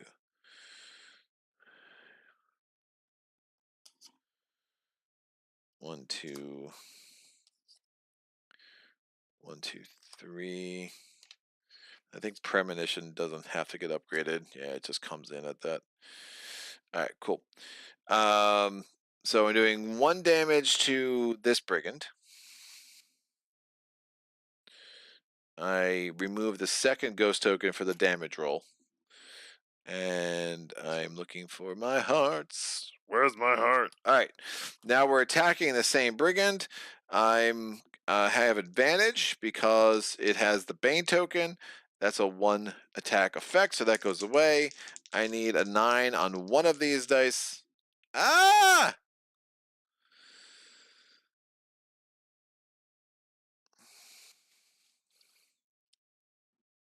Oh yeah, the other side of the brute is not resistant to melee physical attacks. I was just making sure of that. So that's only on the one side, not on this side, which otherwise I just seriously cheated. All right. But good thing, good news, kids. I know you were worried at home. I rolled an 18 to the 19. Don't waste both of your good rolls, care kid. And now we're going to use my last token to empower my damage dice. I rolled a 2 and a 1. I have 100% failed. So bad. I had so many chances to get to a 4, but I did not. So unfortunately, we have not killed the brute. Now I can push him. There is literally no point. So we're just going to keep him right where he is. The brigands are going to go. They're both in the same zone. And since they are ferocious, they're going to attack a hero in the same zone. So they're both attacking Stoneheart. Stoneheart has 2 armor, so we need a 7 or higher not to take the first damage. I rolled a 1. I rolled a 1. I can replenish a fate if I needed to, but I do not. I'm taking that. I need a 7 or higher to avoid the second damage. I rolled a 14, so only 1 damage to Stoneheart. Stoneheart's going to go. Stoneheart is going to do the backswing against this guy. We're going to empower it. And then when it gets refreshed because of the end of backswing, that whole mechanic seems a little bit stupid, but you know, it is what it is. I am rolling. I need a +3, +4. I need a 5 or higher, a 14 and a 2, so I hit. And do I do a critical? I need a 4 or higher with this. That's a 5. So I do 2 damage to this guy, 2 damage to another dude in the same spot. So they are both super dead. That means this goes away, and when that goes away, we get $1. And if there are no enemies in the marching orders, I can spend my second action. I am in the same zone as this door. I can close this door. Now I've separated those 2 areas, which can matter because of that echo token, as you shall see. Whoo! All right, so we're still looking for this secret passage. Let's go on. So that's the end of the round. We'll go to the end of the round effects. We are going to make an event roll. I rolled a 4. All right, still no wandering enemy, and that's it. That's all we wrote. It's all she wrote. They wrote. We wrote. Everything. Make it happen. So we're gonna take these 3 cards. Rolling a d6, that's a 4. Wild Shell in the house, Stoneheart, and Night Feather. Wild Shell is going to, all right, so at this point, other things we could do. We could do a rest thing, which every hero gets to discard one of their wounds. if it was a serious wound, they could dress it at that point. But there's other ways to get rid of serious wounds, which we'll kind of, if we get one, we'll talk about. But ultimately, and then if you do a rest, the actual token goes there, and if everyone dies, you don't have to start over from the beginning. You can start there, but like I don't think the scenarios are long enough or hard enough for that to even be a thing. I don't know. There's a lot of one thing I think about with Steamforged is they did this with Horizon. They throw a lot of mechanics in that are like, if you're gonna add that, develop it, like make it matter, right? There was a lot of things about resistances and frost and like with Horizon Zero Dawn that just kind of went nowhere. Or like, all right, I guess you're kind of setting up for expansion content where this matters, but they throw a lot of ideas in that just, it's like you just maybe learn a bunch of rules for no reason. And it's like a thing. But I mean, look, you've seen how poorly I've rolled. I have 2 wounds. This game is not hard, and that's with me skipping notes. That was maybe that scales. There's an interesting review on BGG where I guess the guy talked to the designer, and the designer's like, "Yeah, you know, it might not be hard enough for you," and you're like, I don't know, who did you make this game for? Because if you made it for, it's too complicated for like some randos. And I do worry it's not hard enough. So I think in some ways that kind of works together, because if it's really grindy and you want to skip a lot of nodes, like you're increasing the challenge at the same point. So you're kind of killing 2 birds with 1 stone, or 2 brigands with 1 backswing, if I may. All right, I digress. Let's move on. So the turtle's going to explore here because that's where he's standing, and we are in a quarter, so we're going to get a room. And we get a very similar room tile to the one that we are in. Again, I don't think the art matters that much, but I do try to match it up to some level. This looks like the kind of room we're going into. Yes, a nice giant fire pit. So this goes here. That does touch those stairs. There's essentially an entrance and an entrance. So which entrance do I want? Lovely. So the stairs token will go over here, and then we have to build off from here. No doors. Again, the only extra door we added was there. We are adding 3 enemies and no terrain. So the enemies we're adding, so the helix is shadow. It's our first shadow. Remember, we kill our first shadow, we do read a narrative event. So the helix is going to go here. Hello, shadow. And then we're going to get 2 of the brutes. Oh, that's dirty. That's tough. That's tough. So we go 1 here. We ignore the other 2 because there are enough for players. We have another one here. Turtle moves into here. When this hero uses an explore action, all right, we're good with that. So we are going to have to get their cards. We get the brute card. We get the shadow card. Brute card comes in on this side up. We're going to pull a battle card. And then this room card can go away.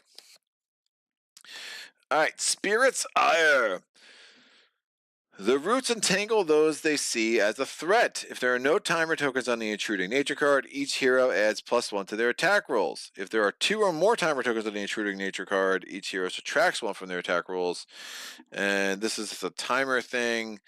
That's another, there's like this whole symbology thing, which I don't fully get with the battle cards. I think it's in play until the end of the game, but then why is it not on the timer thing? I don't know. Delayed. Place this card. Nope. Sustained. This card plays next to the tile indicated in the text. The rules on the card are constantly in effect until the card is discarded or at the end of the encounter. And engagement. The symbol always appears in addition to one of the symbols above. In the case the card is discarded if all enemies are removed from the marching order. So if all enemies disappear from the marching order, then Spirit's Ire goes away. Nice. So we're going to have to redo our battle thing. The round ends. We don't have to do the end of the round stuff, so we don't do an event roll or any of that crap. And now we have to figure out what's happening. So we are going to roll a d6. 4 is going to be Stoneheart. 6 is nothing. 4 is Shadow. 2 is Wild Shell before the Brutes. I like that. And then Night Feather and Brute. All right. Stoneheart's going to go, and she's like, the Shadow is extra weak to magic damage. It's good to know. Heroes cannot add shield modifiers to the defense roll when attacked by this enemy because it's a friggin' Shadow. So that's a thing to keep in mind. Remember, the Brute does have physical resistance on this side, not so much on the other, but can only take 1 damage at a time on this side. So I think the Wild Shell should probably start doing the damage to him, but I can't move through where the Brute is. So I think I'm going to have to attack the Brute. Anyway. Yeah, it would be interesting to kill the Brute. I don't think it's going to be fully possible, but I was saying before, like, it affects this defensive line stuff. Let me take Ferocious out. We don't have to deal with that. Nope, Shadow's Ferocious too. And reposition.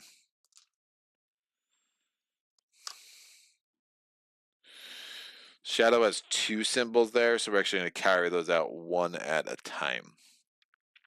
So Stoneheart's going to do her charge ability. She's going to go 1 and 2.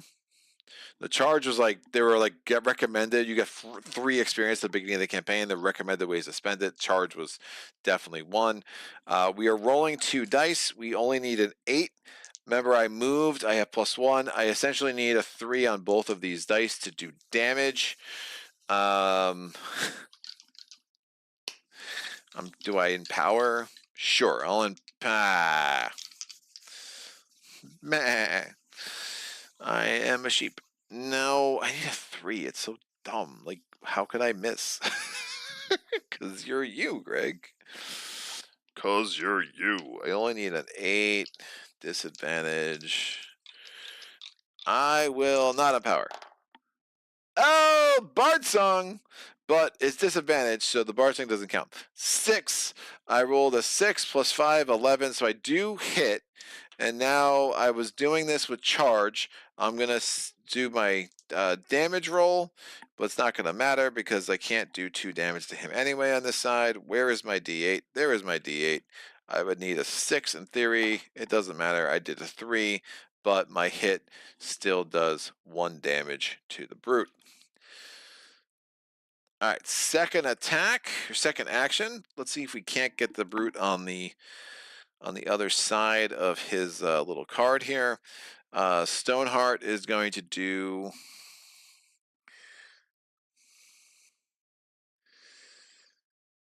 I can push him. I don't hate that. I actually like that a lot. So I'm going to do backswing.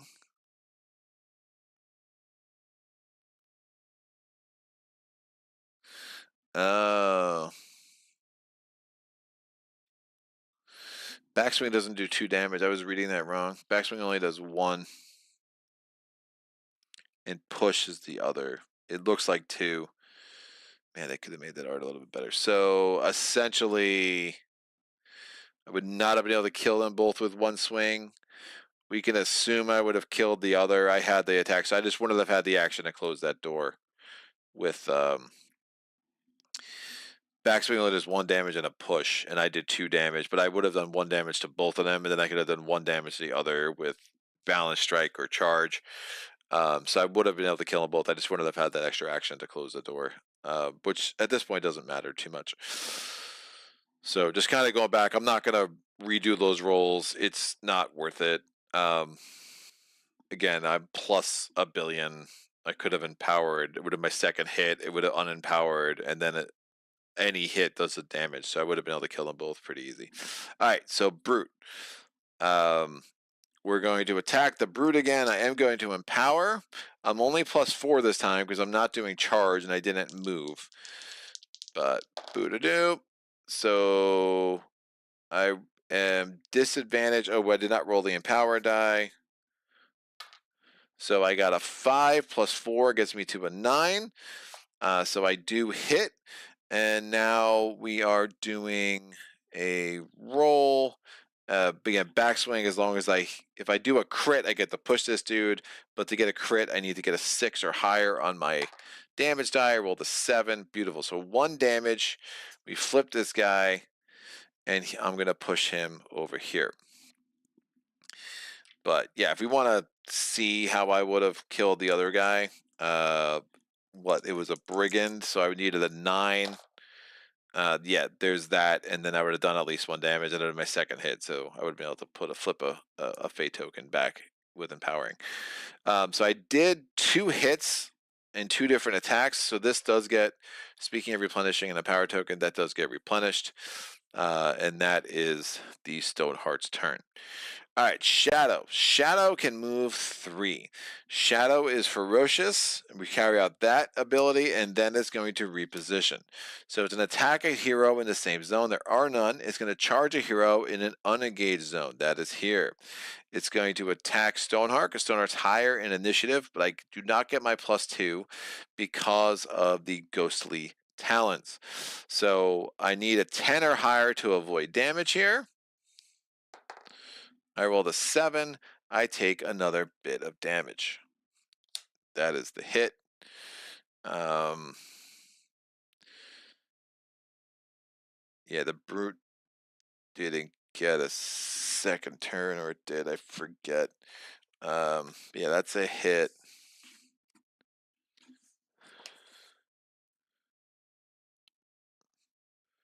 Physically vulnerable.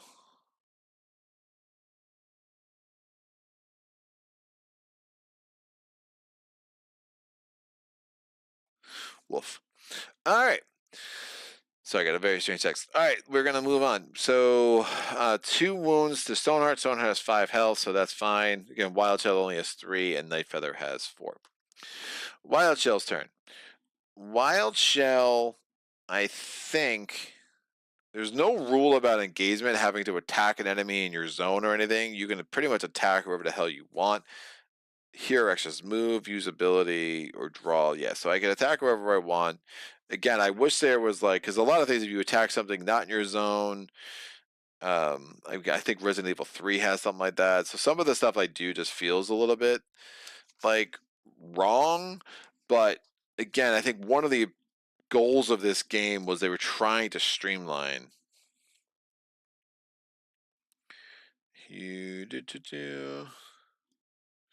Yeah, choose an enemy in the attack range. It does not matter.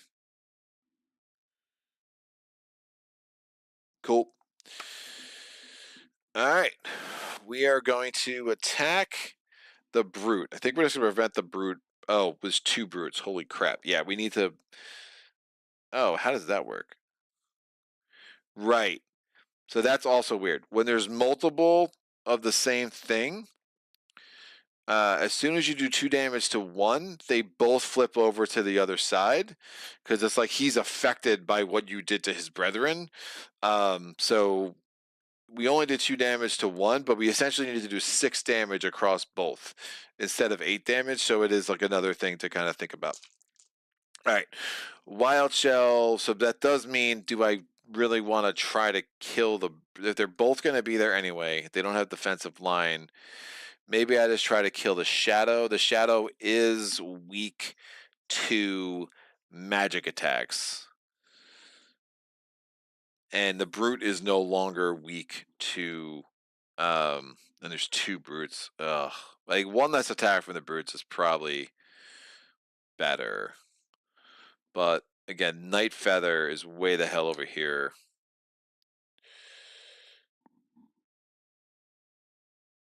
Night Feather can probably kill Shadow.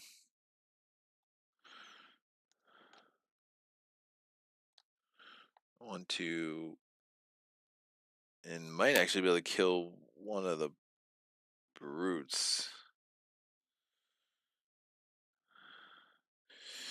Night Feather might be able to kill this brute, actually. So both the brutes might go away. That'd be sick. Sure. Beginning of Wild Shell's turn. Wild Shell's we're gonna attack this guy over here. So again, he's got no damage on him, but because his friend kind of flipped, they both flipped. Is essentially the mechanics. So Wild Shell is gonna attack. He has range 2 on all his attacks. We're gonna use Curse because of course we are. I'm gonna take a Ghost token away to empower this. I got my Empower die and my D20. I need a 10 or higher to hit. I rolled a 7 and a 4. Thank you for the Empower die. And since I hit with Curse, we're going to add a Bane. Since I added a Bane there, I can replenish a Fate token. Doesn't matter. I'm taking away another Ghost token to empower my damage roll. I only need a 4. I rolled a 1 and a 1. So that sucks. I did 0 damage to that clown. Yikes.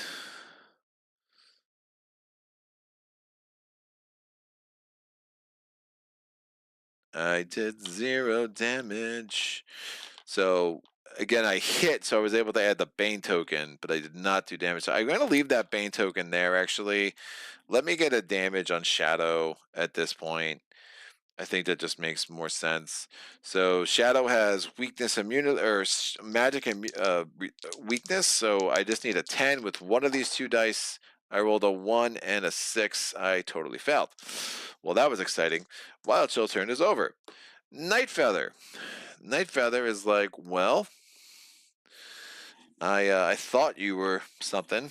The one thing I don't know for sure, there's many things I don't know for sure, is how these rooms come together.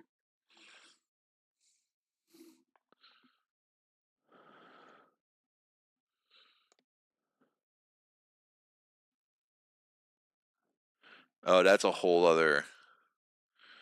Was he supposed to be there?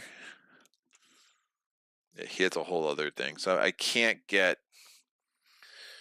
I wonder if I can get Night Feather in a position to attack that dude, but I can't. I can't get in a position to attack this dude. So let's try to do this. So 1, 2, 3 is my movement, and then I'm attacking with throwing knives. I'm going to empower and refresh because that's a thing that I do. I have +1 range. Oh man.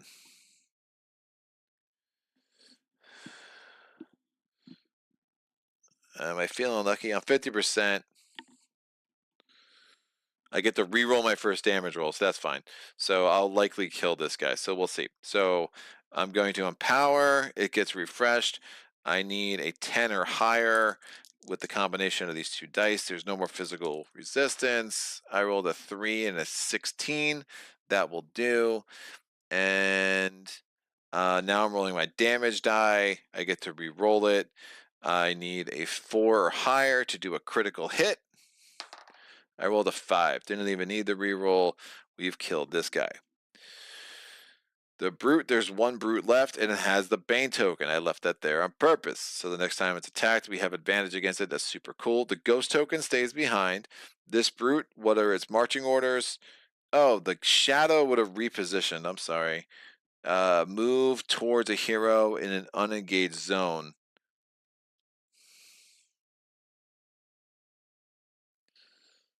Move towards a hero.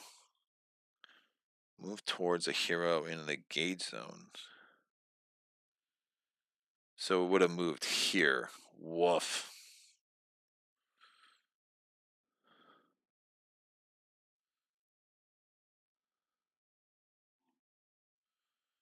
That means Night Feather would have had to do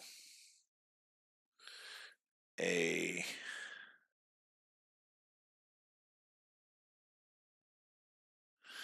Night Feather would have had to do a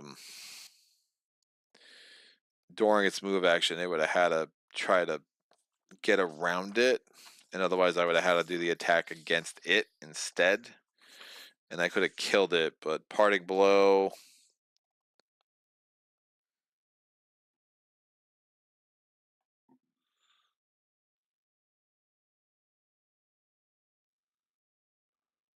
I just forgot to do the reposition. So essentially, I need to get to the. I would need a 10 or higher, adding my shield value. I don't add my shield value when attacked. I'm not being attacked. I'm just doing a parting blow thing. It's not an attack. So if just hopefully I just get a 10 or higher. I don't have to worry about this crap. I rolled a 12. Excellent. If not, then I would have had to use the attack against Shadow. I much prefer to use the attack against the Brute. If that didn't make sense, that's all good. Don't worry about it. The Brute on this side is ferocious. So he stops being disciplined. I guess disciplined and ferocious are very, very similar. So I don't think that would have mattered. Yeah, hero in the same zone. Hero in unengaged versus engaged. Yeah, it's essentially the same thing. I don't think it would have mattered in the last round. So we're gonna go 1, 2. It's attacking highest initiative, which is Stoneheart. Stoneheart has 2 defense. I need an 8 or higher to not take another damage. I rolled a 13. No damage. However, even on a miss, I get pushed and will get pushed back here. End of the round. We're going to do the end of the round sequence. So we are resolve any delayed aspects, make an event roll. Don't roll a 1 or a 2, please. I rolled a 2. All right. Since I rolled a 2, we failed. When the Echo token activates, it moves 1 area at the Echo, so it's on the playing area, and it moves to the here moves. Place it 1 area close to the hero with the highest initiative. If the token be placed in the same area as a hero because the token was in an area next to the hero's area before it's moved, remove the token from the playing area instead. Shuffle the wandering monster, so it would be placed here.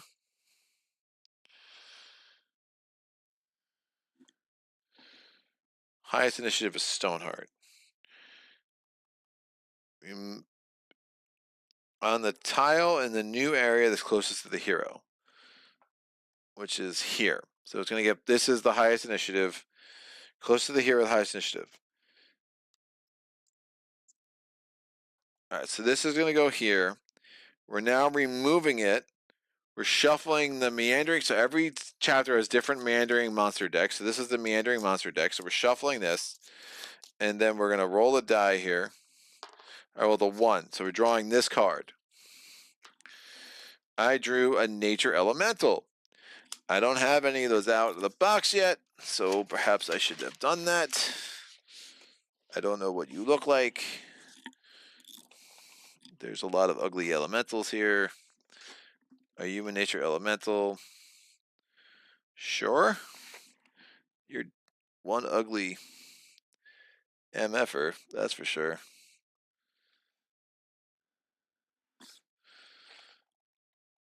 I think that's a nature elemental. Sure. So that gets spawned here. That's a very big dude. Doesn't give any money, but now it's on the board. Oh, the first time Shadow has not been defeated yet. And Devour is not in play because there's a timer token on that, which I'm assuming they just never go away, even though they're called timer tokens. Nothing else makes sense. So we drew the nature elemental. It goes on that thing the first time. Like, where are the rules? Oh yeah, it's in my phone. Place the enemy's model on the hero's tile on the tile's thing. If a hero moves into the same area as an echo token during its turn, remove the token, shuffle the meandering monster cards as described above. Now, it's not clear whether the meandering monster cards constantly get reshuffled. So this gets added to this, but we're going to start a new round anyway, so it doesn't trigger like we just did the end of round phase. And then we have to look at the rules. Every time nature elemental is defeated, place a timer token on the card. So we're just going to add a lot of timer tokens, and that's just going to be a thing. And remember, if there's 2 on the card, we subtract 1 from our attack rolls. We probably want to kill everything else first. So again, it's a wandering monster, of course. Why not? It's the thing that happens. This comes here. So a lot of things happen. We got attacked, we got pushed. That affected a lot of placement of where all these cards are going, and the Echo token is now off the game. So first is Stoneheart, that's good. Second is the Brute, it's not as good. Third is the nature elemental. Really not as good. Hit and poison. I don't know what poison does. We'll find out. 4 is shadow. Oh. 5 is the night feather, and then wild shell. That could have gone better. Stoneheart is going to try to do some things. I would rather not get poisoned.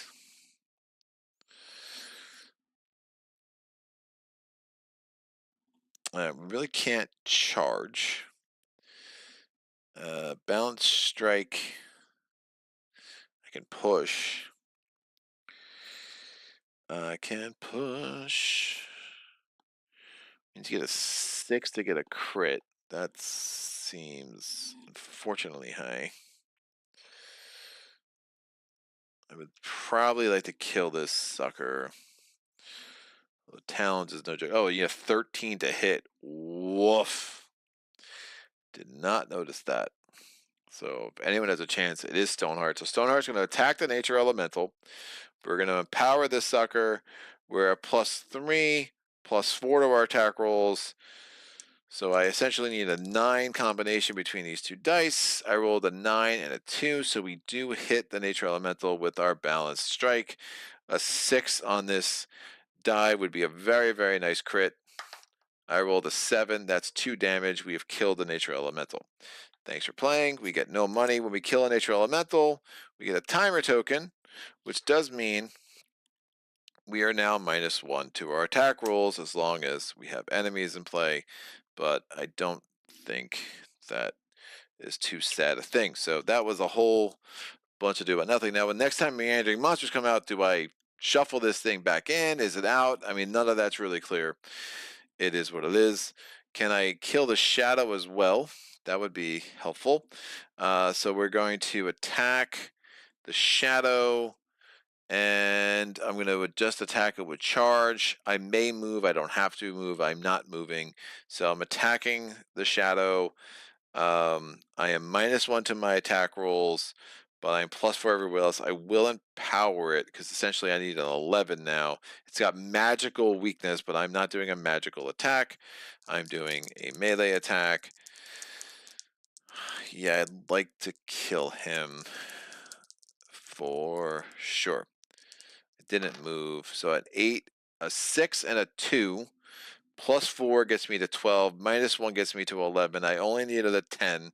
I hit on 2 attacks, so we get to restore a fate thanks to Virtuoso.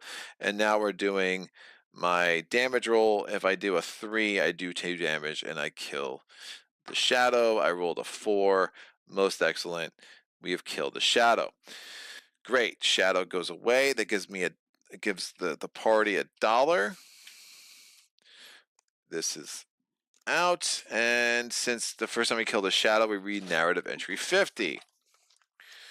Narrative entry 50 says the following.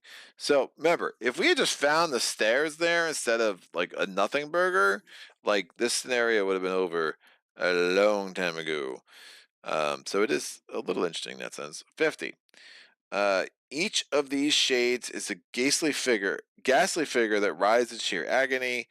Yet also looks painfully familiar to your eyes. These are the tormented souls of the villagers that you chose to abandon. They haunt the air around you, holding out their hands the same as they might have done in their final moments, beseeching aid that never came. Jesus. Gain of corruption. Awesome. I'm very corrupt, kids. That's a thing. Let me check the chat. ID Jester, that's the last comment we got. All right, good deal. Brute. What's the Brute going to do? Brute is, again, he's changed his behavior, so he's now ferocious. He's our last enemy out there. We get rid of this card. We don't worry about the Spirit's Ire, but he's attacking someone in the same zone. Highest initiative, he's attacking the Night Feather. Night Feather, who only has 1 damage. They both essentially have 3 health left, so it doesn't really matter. My attack rolls are -1, but it doesn't matter. I need a 10 or higher. Well, I have my 1 shield, so I need a 9 or higher to avoid another damage to the Night Feather. I rolled a 13, but even on a miss, we get pushed. I get pushed here, It's now going to be my turn. I can look at this. It's a nothing burger. Jesus. Which is only slightly annoying. All right. Night Feather's going to go. Night Feather's going to just try to finish this dude off once and for all. So we're going to do taunt. We are...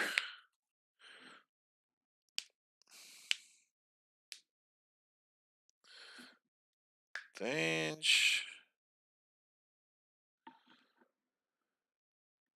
No. I don't have +1 to that attack.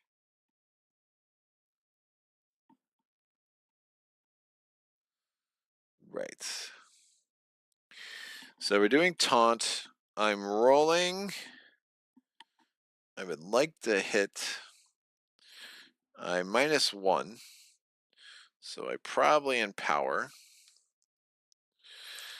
I need a combination of 11 because again everything's -1. I rolled a 9 and a what? That's a D12. Hard to roll high with a D12. I rolled a 17 and a 1, so we did hit.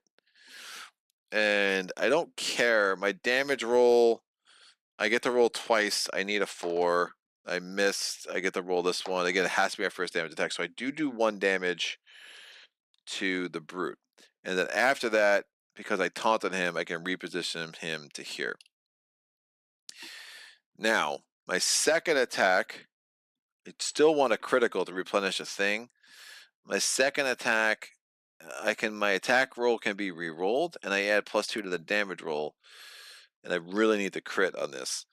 But since I can re-roll, I need an 11 or higher to do damage with piercing, to hit with piercing strike. That's a 19. And now I'm trying to do a crit. I am +2 because he's the only one, so I essentially hit on everything I crit on everything that's not a 1.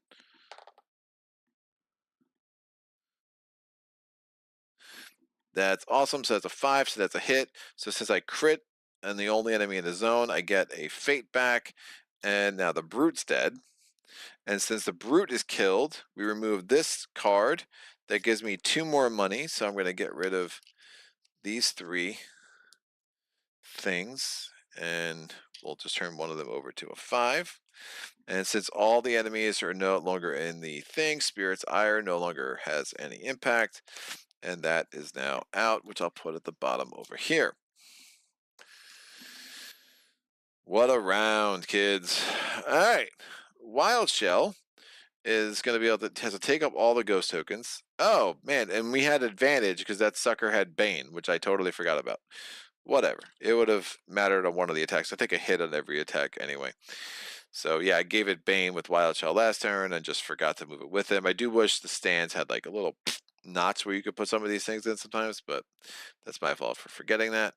So Wild Shell is going to move 1, 2, and then we're exploring from a room. I mean, I'll just put these out because I can. We're exploring from a room. We are going to explore from that door. I'm in a room. I get a corridor. Bam! Going to the corridor deck. Huzzah. So I have to place it. There's that blue arrow. It means I have to place it that connected to where I'm exploring from. It is just one of these little triangle things.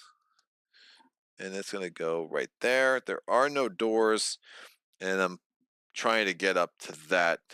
That is not a dead end. Yeah, that's what I want. Cool. We get placed into here. No new enemies, so this doesn't trigger at all. We do draw the question mark from the C deck. Honor among thieves. A kobold darts out of the darkness, quickly frisking you. When suddenly it pauses, is that fear you see in its eyes? If the reputation track shows 2 or more corruption, well, what the hell is 2 or more corruption? I assume it does. Like, is that 1? That's 2? I don't know. Like, that's just really bad. It's really dumb. That's really, really dumb. There's like no numbers. What the hell is 2 or more corruption? The reputation track shows 2 or more corruption. Return this card to the vault. I assume that's got to be 2 or more, right? So bad.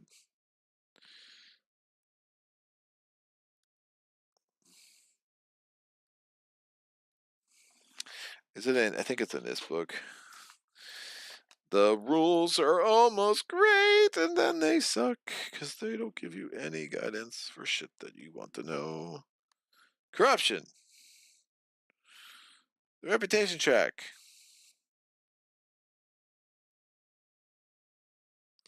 Oh, so that's 1 goodwill, and I'm down to 3 corruption. I think. If I'm looking at that right. Whatever. That's fine. Just put numbers there. It's not hard. All right. If the reputation shows 2 more corruption, return this card to the vault.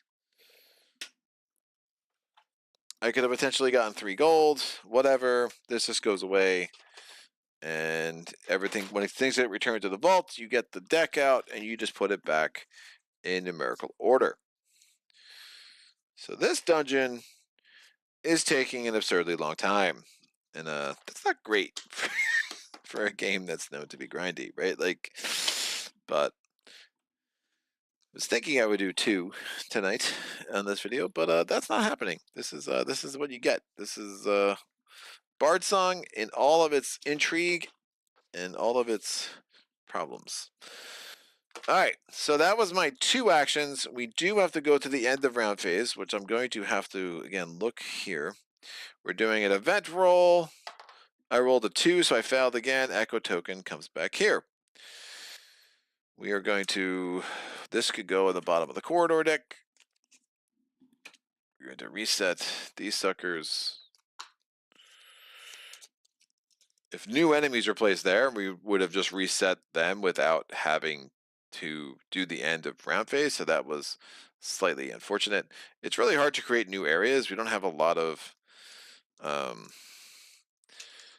extra doors out, so like I think there's probably no point in closing that door anyway.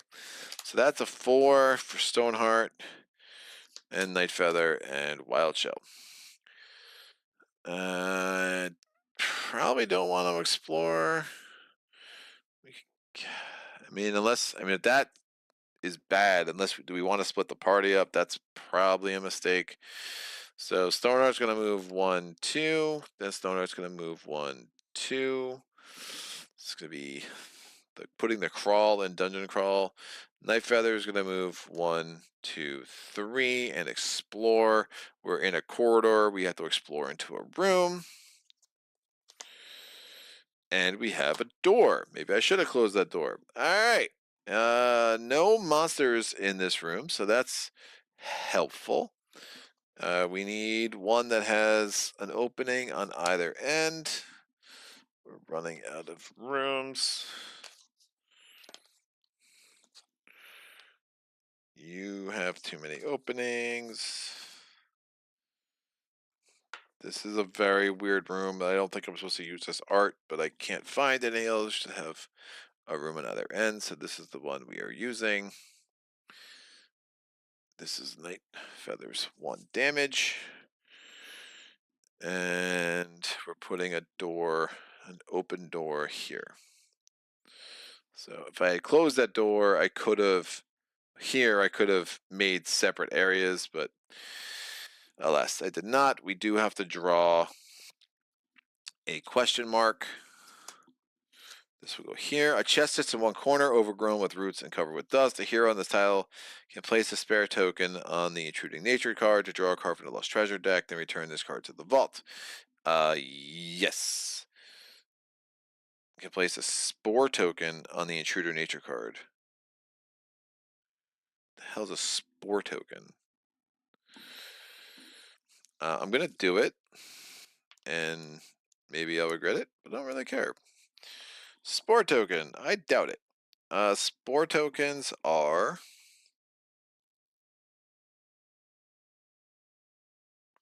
vine stalagmites, mushroom patch. There are no spore tokens, dude. Yeah, so that's really good editing. I'm gonna assume it's like a mushroom patch kind of thing, because nothing else has spore token. Unless they meant time token, I don't know. But that gives me $1 or coin, because we resolved this, and we return this card to the vault, number 57. So again, this was one of the cards that we added for this specific, oh, that's battle, for this specific chapter. It wouldn't have made sense in other chapters. So 57.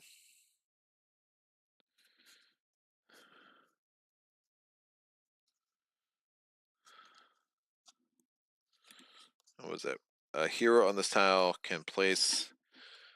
So we're here. Draw a card from the lost treasure and return this card to the vault. Maybe I'll.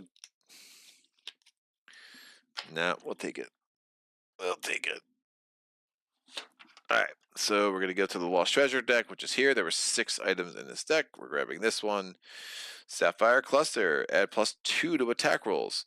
Now, these gems, each of my items can only hold 1 gem. There doesn't seem to be any. It doesn't matter, like when I'm attacking, as long as I have it, it applies to everything. It's like, I'm attacking with the crow's murder. It's like, no, I attack with both things all the time. So now I am loaded up with gems. I can take no more. So we'll see. But +2 to attack rolls is very nice. That was only a +1. So that was worth the spore token or whatever the hell it's supposed to be. That is fine. So we 1, 2, 3, and we explored. That was 2 actions for Knife Feather, and again we got no enemies, 2 things in a row, and we got a handy dandy item. So great. Turtle is going to go 1, 2, and 1, 2. I don't think I'm looking at this room wrong. 4, 4. So here. Well, oh, this is like its own separate thing. So yeah, Turtle's just there. There's no way he could have explored anyway. And we had to take these ghost tokens up. We could have put new ghost tokens out. It is what it is. All right, that's fine. We'll still put new ones out because you never know when a ghost token can be helpful. So that's done. We do the event phase. Don't roll a 1 or a 2, or roll a 1. So we fail. Highest initiative is this would go here. I assume we shuffle the nature elemental back in, but I don't want to. No, I'm not shuffling it back in. That is what it is. I'm going through all these suckers. Overactive imagination. Your mind must be playing tricks on you, hearing noises that aren't actually there. Discard this card. That's better. All right. And then the echo token just comes off. We're going to start again. I rolled a 5 for Night Feather, a 4 for Stoneheart, and we have Wild Shell. So, Night Feather is going to go 1, 2, and explore. We're in a room. We have to get a corridor. Still no enemies. Amazing. So, we get a long corridor.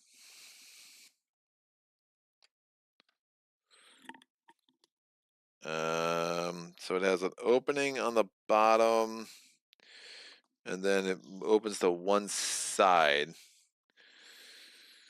Yeesh. We'll do this one.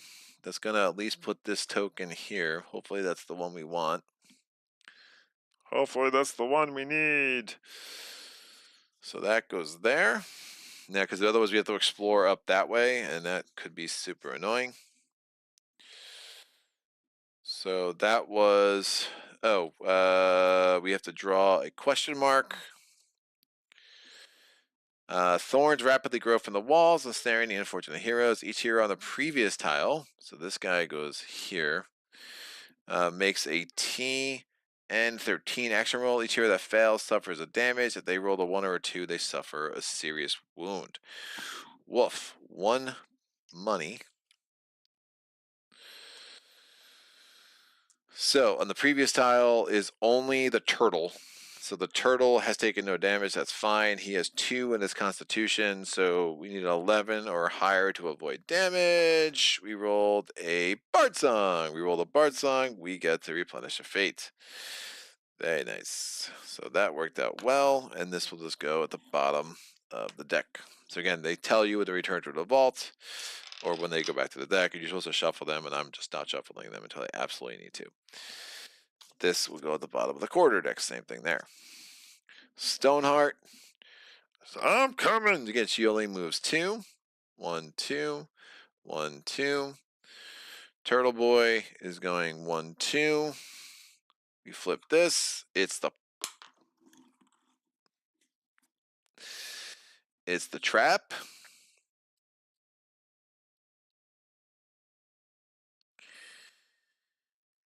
I want to say I'm surprised it was the last possible thing,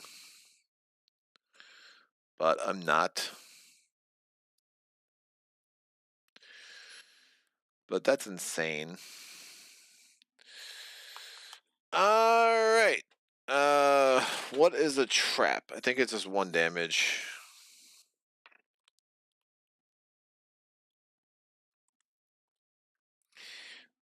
I mean, you talk about grindy. Have we mentioned grindy?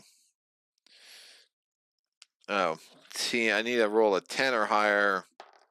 I rolled a 2. I take a damage. First damage to the turtle. And that gets discarded. So now we need to get all the way to hell over there. And I can explore from here. I can explore from here. The only explorer I can do from there is going to be around, and that's going to be super annoying. So, coming back. 1, 2. Event roll. Stop rolling 1s or 2s, please. I rolled a 6. That would trigger some terrain effects. There are none. But we're essentially going to walk back here and try to explore up to that. Or I could actually close these doors on the way, which is probably smarter. So, 6 is Wild Shell. 5, whatever. So these are going to be quick rounds, kids. I'm not going to worry about these ghost tokens for a minute. 1, 2, 1, 2, Stoneheart, 1, 2, 1, 2, Feather Boy, 1, 2, 3, 1, 2, 3. End of the round, event roll. It's a 3, we're good. I rolled a 4, so Feather Boy, Stoneheart, Wild Shell. Feather Boy is going 1, 2, 3. 1, 2, 3. Stoneheart's going 1, 2, 1, 2, and Turtle Boy is going 1, 2, 1, 2. End of the round, event roll 5. We're good. Reset these. 1 is Wild Shell. 1 is Stoneheart. 1 is Night Feather. Wild Shell's going to go 1 and then close this door. Stoneheart's going to go 1, 2, 1, and then Night Feather is going to explore. We're in a room. We need a corridor. Can you make the magic happen? Still no enemies. We get a T. We have to place it this way because of the blue arrow. So we're still trying to get, we know those are the secret stairs. Let's make it happen. All right. So he gets positioned into here. And when this hero makes an explore action is placed on the current tile, they can move again. He's going to move 1 more time. I forgot about swift reactions. That was something I was ignoring. We are drawing this. Another adventurer stands in the chamber beyond the eyes. The chamber beyond, eyes looking this way and that, hands on his hips. When he hears you, he spins on his heel and smiles widely. Read narrative entry 230. All right, we get some story, kids. Story time with Greg in the middle of this game, which I thought was going to be over 7 hours ago. 230. You make the magic happen. You're about to offer a greeting when he does it for you, his voice obnoxiously loud. Welcome, Captain Winter at your service. And who might you, bally chaps, be? You introduce yourselves at considerably lower volume, cautious that you might be within earshot of enemies.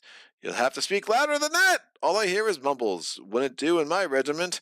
I'll say, it does escape your attention that he appears to be alone. I'm sorry, it doesn't do in my version, I'll say. It doesn't escape your attention, he appears to be alone. Still, beggars can't be choosers, eh? So here for fortune and glory, are you? Well, no, so am I, and the more, the better, I say. It's probably at this point you decide that whatever happens, he will be joining your group. If your reputation track has 2 or more corruption, read 29. We are 2 or more corruption, we agree 29. I'm guessing we're killing this dude. Bye. Bye, Felicia, 29. Alright, he squints at you in a low light. I say you look like a cutthroat bunch if I ever saw one. I was going to ask if you needed any help, but I think you've got enough bloodstains already. He looks more than a little nervous. I'll just be taking my leave, eh? Before you can stop him, he's gone, running off ahead into the darkness, dropping his purse behind him. Gain 5 gold, then return the Captain Winter card to the vault. 5 gold. We have so much gold. And Winter goes to the vault. That is number 211. Alrighty then.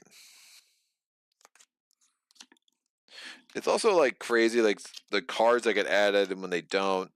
I'm surprised they're not like chapter packs, but you know, I guess it's a little cooler this way. It's fine. So chapter winter was done. We explored. Is that my first action or my second? Had to be my first, right? They were here. Even if I was one step ahead, I don't know how that would have been my second. I don't think it could have been my second. All right, so we're rolling a die. It's a 3, so we're, again, not getting the echo, which is good. Let's see what's up here. Night Feather, Stoneheart, Wild Shell. So we're on a wild string of no enemies. That is for sure. So we can explore out either end of this. We need to get to there. I think the easiest way will be probably this way. We have to touch that ruin. So I'm in a thing. I'm in a corridor. I get a room. Whoa! Lots of enemies. An insane amount of enemies. More enemies than you could ever want. All right, let's make this happen. So I believe this is one of these rooms, and I'm not sure I've had one of these before. Yeah, they should have just put like numbers on these, man. If you're gonna like change this art this way, it's fine. So I could do that. It's probably better for me to do this. Everything has to stay within the entirety of the map area. And I think it's very close. But the way, like, I don't know, like I'm gonna give yourself a friggin' millimeter of leeway on that. So we're placing it that way. We get 2 doors. 2 doors. All right, so there's a door here, which is open, and a door here, which is open. We're getting terrain. I need to get back to the chapter 6 cheat sheet. We get a creeping vine. The heck? So this is essentially 1, 2, 3, 4, 5, 6 different zones in here. Great. The creeping vine is in the middle.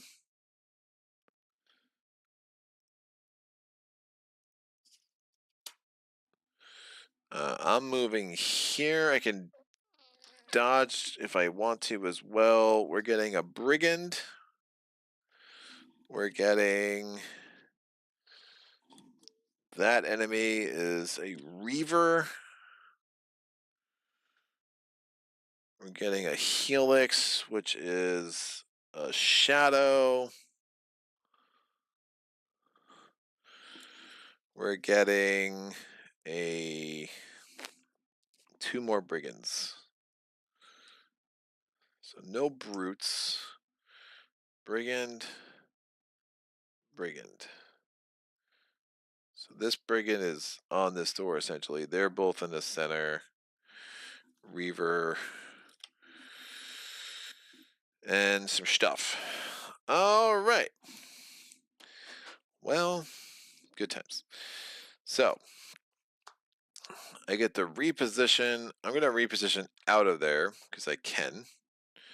It's an adjacent zone. And let me get the Reaver card, the Shadow card, and the Brigand card. No Raiders yet. The Raiders. Alright. That is fine. And the round immediately ends. So, oh, I have to draw a battle card. There was something following you through the dark after all. After placing enemies, place a brigand enemy on the previous tile's thing. Okay. After dealing in marching order, move the brigand enemy to the little left 2 spaces. Woof. So they're going to be very early. It is a brigand, yeah. All right, this battle card goes away. And this room card goes away. All right, we have 6 cards in my hand. I rolled a 1 for Stoneheart. I rolled a 6. There is only 5 left. A brigand. The brigand's gonna move to the front because of that event. Before I forget, a 2 is for Shadow. So this is going well. Night Feather. Hi, please. There we go. Reaver is last. The Reaver is 2-sided. Enemies with another enemy in the same zone gain.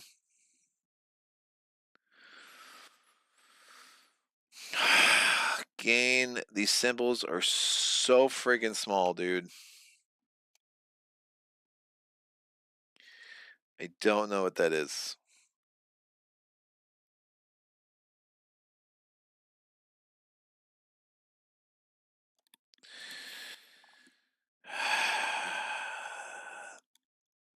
Gain.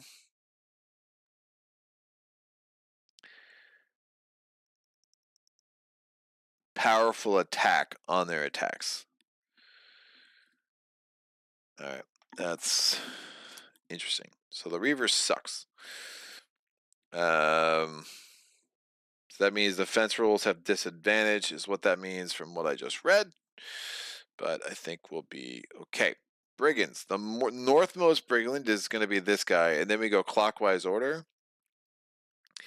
So we're going to go this guy, then this guy, this guy, this guy. I mean, who knows? So we're going to. They are all ferocious. So he's gonna go. The zone should be clearer too, man. I'm telling you what. It's amazing how like you hear like negative reviews about a game, and then you're like, ah, it's really good. I think some of it's harsh, and then you're like, you start playing, and the flaws start to like really show themselves more and more. So all right, 1, 2. Hero in an unengaged zone, charge a hero. That's so this brigand is attacking. There's gonna be 4 brigand attacks altogether. He's in the same zone as another enemy, so he's going to have a powerful attack. So my defense rolls have disadvantage. I need to get a 8 or higher on both of these dice to avoid a damage. I rolled a 7 and a 19. So that's a damage. It's my 2nd damage for Night Feather. Night Feather might be in trouble. This guy, he only has move 2. So he's going to, and he's going to attack in the same zone. Yeah, he can't get to anybody, so he's taking 3 attacks right now. This comes in here, powerful attack. I need a 8 or better on both dice, a 12 and a 15. We avoid the damage, so that's nice. This guy attacks 8 or higher on both things to avoid damage. We get a 10 and a 12. Clean Livlin. I can't even speak. This guy is going to move toward the closest hero, so he's moving there. He's only moving 2, so he goes 1 and 2, and he's going to be not a concern for this round. Wolf. Shadow is also ferocious. I can have him attack Stoneheart.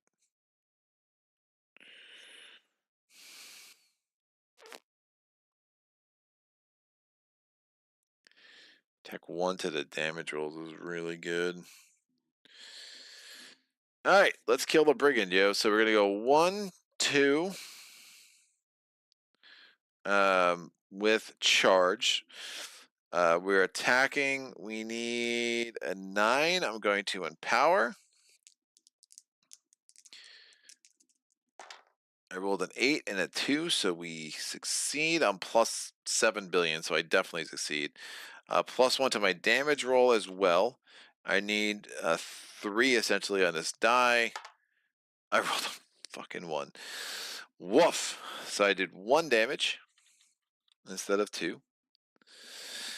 We are going to do backswing now. We're attacking the same dude.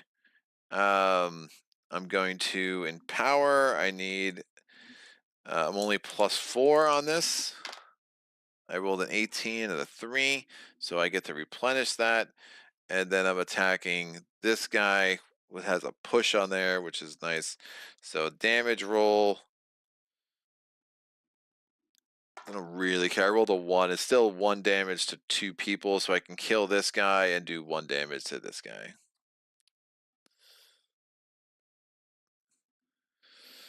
So he's 1 down.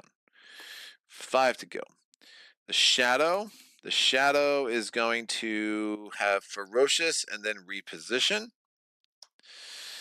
It's going to move toward a hero, charge a hero at unengaged zone, but the only one it can reach is engaged zone. It has a move of 3, so 1, 2. It's attacking highest initiative, so it's attacking Stoneheart. I can't use my defense against it, and powerful attack is still in play, so I have disadvantage. I need to get a 10 on both these dice.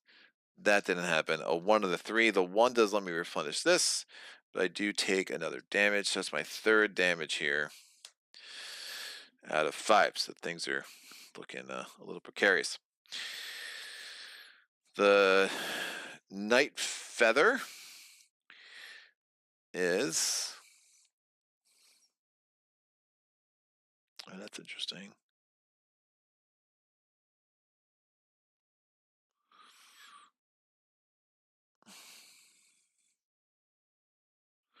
I'm wondering...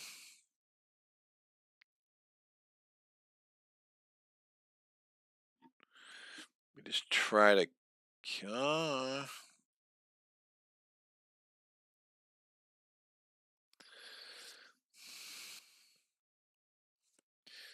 try to kill 2 of these guys.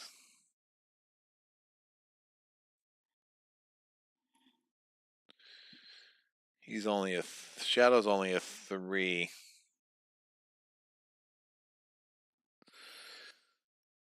This brigand has 1 damage.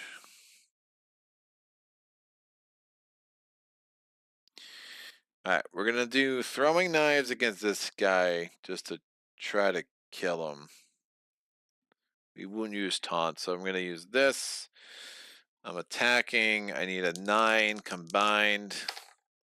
A 3 and a 3. I have woefully missed.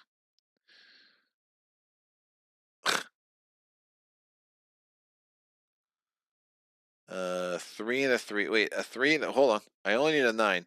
3, 3, plus 3. Oh wait, yeah, I was plus 5 on that roll, so I did hit. Woof. Now I'm going to do a damage roll. I need a. Doesn't really matter. I re-roll my first damage roll. Right, I should not have attacked him. 3 and a 3. Let me attack Shadow first, because my first damage roll is re-rolled. The 3 and the 3 plus 4. I still hit the 10. Because I want to get that double damage for sure. Yeah, that makes sense. So I need a 3 or higher. I get 2 shots at it. All right, we've killed Shadow. Shadow's dead. There is some nice strategic depth. I mean, I am frustrated how this is played out, but like I still appreciate the design for what it is. But the problem with open-ended like this is you're leaving a lot of room for some really like not great um shoot. That dude would have repositioned.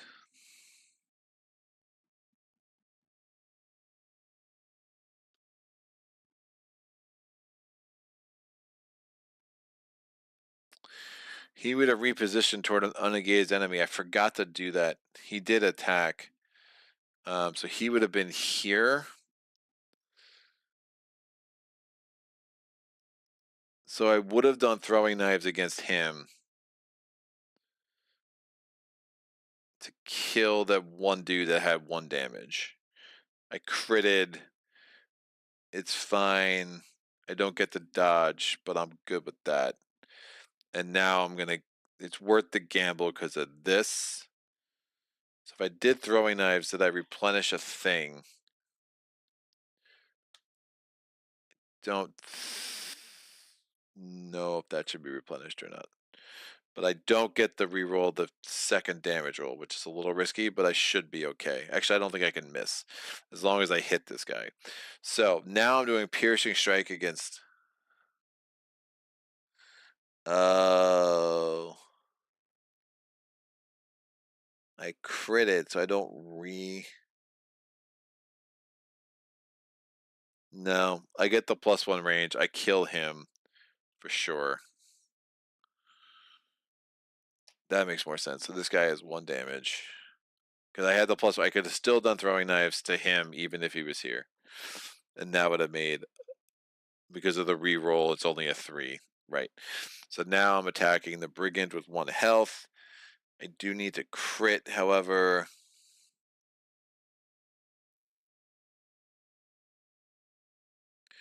To kill him. Oh, I did a crit hit to an enemy that is the only enemy in the zone. I replenish a fate, so that gets replenished that way. He was the only enemy in that zone. I keep forgetting the reposition. And now I'm going to attack. I need a 9 or better. I'm +5. So 4 and 1 and 5, so that's a 10. And now I would like a 4 or higher, please. I got the 4. I killed him. And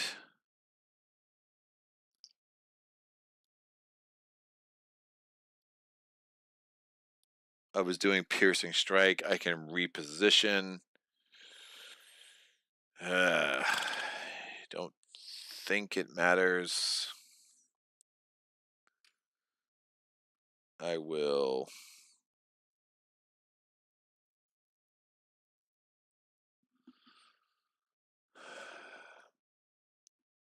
I will not. I mean, at this point, we're probably using one of those potions. Wild Shell. He's like, I'm coming. 1, 2.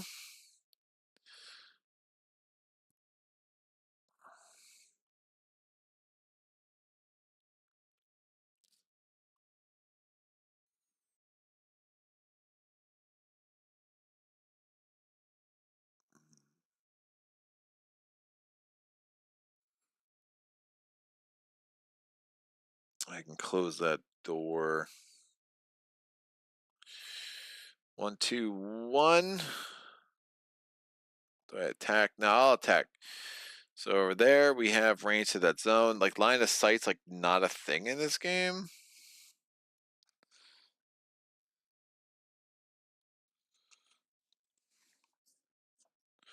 From what I can tell.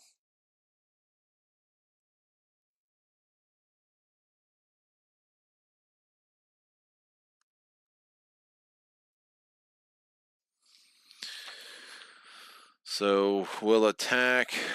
Well, I was here, so I could put in the same area within 5. 1, 2, 3.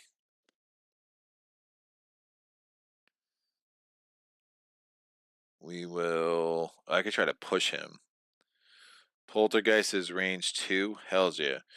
So I'm going to use this ghost token to empower my attack. My attack is an attack. I don't know. I'm not plus anything. I need a 9. I rolled a 15 and a 4. And now I'm going to use. It's not curse, so I'm not adding Bane. I'm going to use this to power my damage roll. I need a 4 combined. I got a 1 of the 2, so I missed that, but I hit. I didn't get the crit, but I hit, so I could push him back here. The Reaver. The Reaver is disciplined, attack a hero, and the same. He can only get to 1 hero. He's going to go 1, 2. He's attacking Stoneheart. He's not ganging up anymore, so that was the nice thing about pushing him with Wild Shell's attack. I need to roll higher than Stoneheart needs to roll a 9 or higher to not get damaged. We rolled a 10. Alrighty then. So, end of the round, we do the event roll. We did not fail again, so we've been good at avoiding wandering monsters. We'll see what happens with this. I rolled a 3, so the Reaver is first. Of course it is. I rolled a 3, so the Brigand is second. I rolled a 6, so Stoneheart is there. Night Feather and Wild Shield. Woof. Alright, well that was about the worst possible result of that. The Reaver's attacking Stoneheart. Stoneheart needs a 9 or higher to avoid damage. We rolled a 9 plus 2. No damage. Most excellent. The Brigands are going to go. Brigand 1 is going to move. Yeah, it just has to charge. It's attacking Stoneheart. I have disadvantage now because it's empowered. Because the Reaver is there, so we're rolling 2 dice. It's only a 9, so we need a 7 or higher on both dice. I rolled an 11 and a 10, most excellent. This guy comes in, we need a 7 or higher on both dice. I rolled a 1, which let me does this. Is it a 1 or a 7? Pretty sure it was a 1. I think it was a 1. And I take my 4th damage. We're getting there. Stoneheart, what's up, kid? So can we do 8 damage and just kill all of these guys this round? We're gonna need to roll well. Faux show. Crit, balance strike. Yeah, backswing. I definitely was reading that wrong yesterday. We're not charging. We're not charging. So we can try to kill the 2 brigands. I like Nightweaver's chances at that point. So charge, we're going to empower this. We're attacking one of the brigands with charge or with balance strike, whatever. I need a 9. I got a 14 and a 4. Most excellent. Now I need a 4 or better on this die, please. For balance strike. 4 or better. Boop. A 7. Awesome. 2 damage kills you. We're empowering this. We need a, I don't know, it's like impossible to miss. 3, 2, plus 3 is 8, plus 1 is 9. Just almost impossible to miss. But we got there. So we managed to hit the brigand. I need a 4 or higher to kill this guy with charge, because that would be a crit hit. I didn't move, so I don't get that +1 on there. Nice, another 7. We've killed this brigand. Brigands come out. That's $1. We have a lot of money. Is that all the money in the game? I mean, are you kidding me? No? Alright. Money. So remember, they flip over to 5, so it's like not really all the money in the game, but still funny. Alright. Night Feather. Night Feather is going to attack with throwing knives. We're going to empower this attack. We need to get up to an 11. There is no weakness here, or resistance here, so we need to get up to an 11. I rolled a 2 and a 4, +3 +2. That's an 11. Holy cow. So we did hit on the nut. We are trying to do a crit roll now. I'm rolling a d6. I need a 4 or higher. I get to re-roll my first damage roll each turn. 4 or higher does 2 damage. I rolled a 1. I get to re-roll it. And a 6. Alright, 2 damage. That flips. Now it's an 11. Reaving. If this enemy wounds a hero, flip this card. No. No, he will die. Oh, wait, I need a serious wounds now. Yikes. Serious wounds are no bueno. So, after I did throwing knives, which allowed me to, if I critically hits an enemy, is the only enemy in the zone, I replenish my fear, and the throwing knives also let me do this. Now we're going to do piercing strike. We're attacking. I'm going to spend this. I need an 11 again. Please don't miss. 3, 4, +3 +2. So we got to a 12. We hit. And we're doing this roll. I'm +2 because it's the only enemy in the zone. So I essentially hit on anything but a 1. And I rolled a 6. I critically hit. I did 2 damage. I can reposition. Don't mind if I do. I've killed the Reaver. The Reaver comes out, gives me 2 more gold. I'm going to take 3 of these away and flip 1 to the 5 side. Alright, Wild Shell is going to move 1 and then close the door. Do you have to be adjacent? I think you might have to be adjacent. That's a good question. I don't know if you have to be adjacent. Let's find out. Yeah, same zone as a door. Alright. I see your Jester, I see your luck with dice isn't getting any better. It's time for you to make a sacrifice to the dice gods. Maybe they'll give you a break. Clever Swine. Oh, sorry. Philip, caught another live stream. How nice. I late backed Hop Mess Victorum and all the Hop Muckus Victorum expansions. I look forward to getting that. Yeah. I'm probably letting Hoplo sit until I get the expansion, which shortens the game. Because I don't just spending 8 hours to play one game of Hoplo hasn't been in the cards. So, so we'll see. It seems like they've made some important changes in the next expansion in the expansion. So, all right, let's make this happen. I fell. The echo is back on the door. Remember, it has to go to this area, and then it can get to the area we are. So we have put ourselves some distance between there. We are now going to reset this. Can I please get to the secret passage? I rolled a 5, so Stoneheart. I rolled a 2, so Night Feather, and then Wild Shell. Stoneheart is moving 1, 2, and then exploring. We are in a room, so we need a corridor. That could be what I need. Or is it going to be just too small? We have some enemies.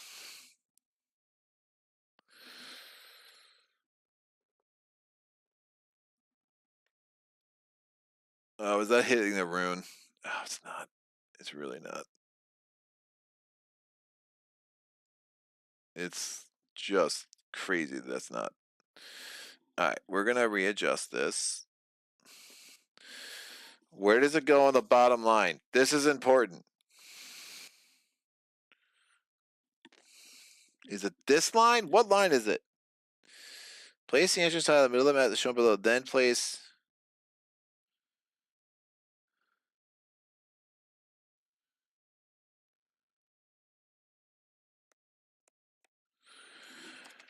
Oh man, because if I'm up a little bit, I am 100% doing it. Like that's another thing. How do you have this be so imprecise? Like it's so crazy. The playing area, the rules section. It's so nuts, man. I can't. On the board south edge. What is the board south edge? I think I'm too low. But that if I'm too low, I would have actually. I might be so low. How are you not? Oh, is it that? Is it? No, that's crazy.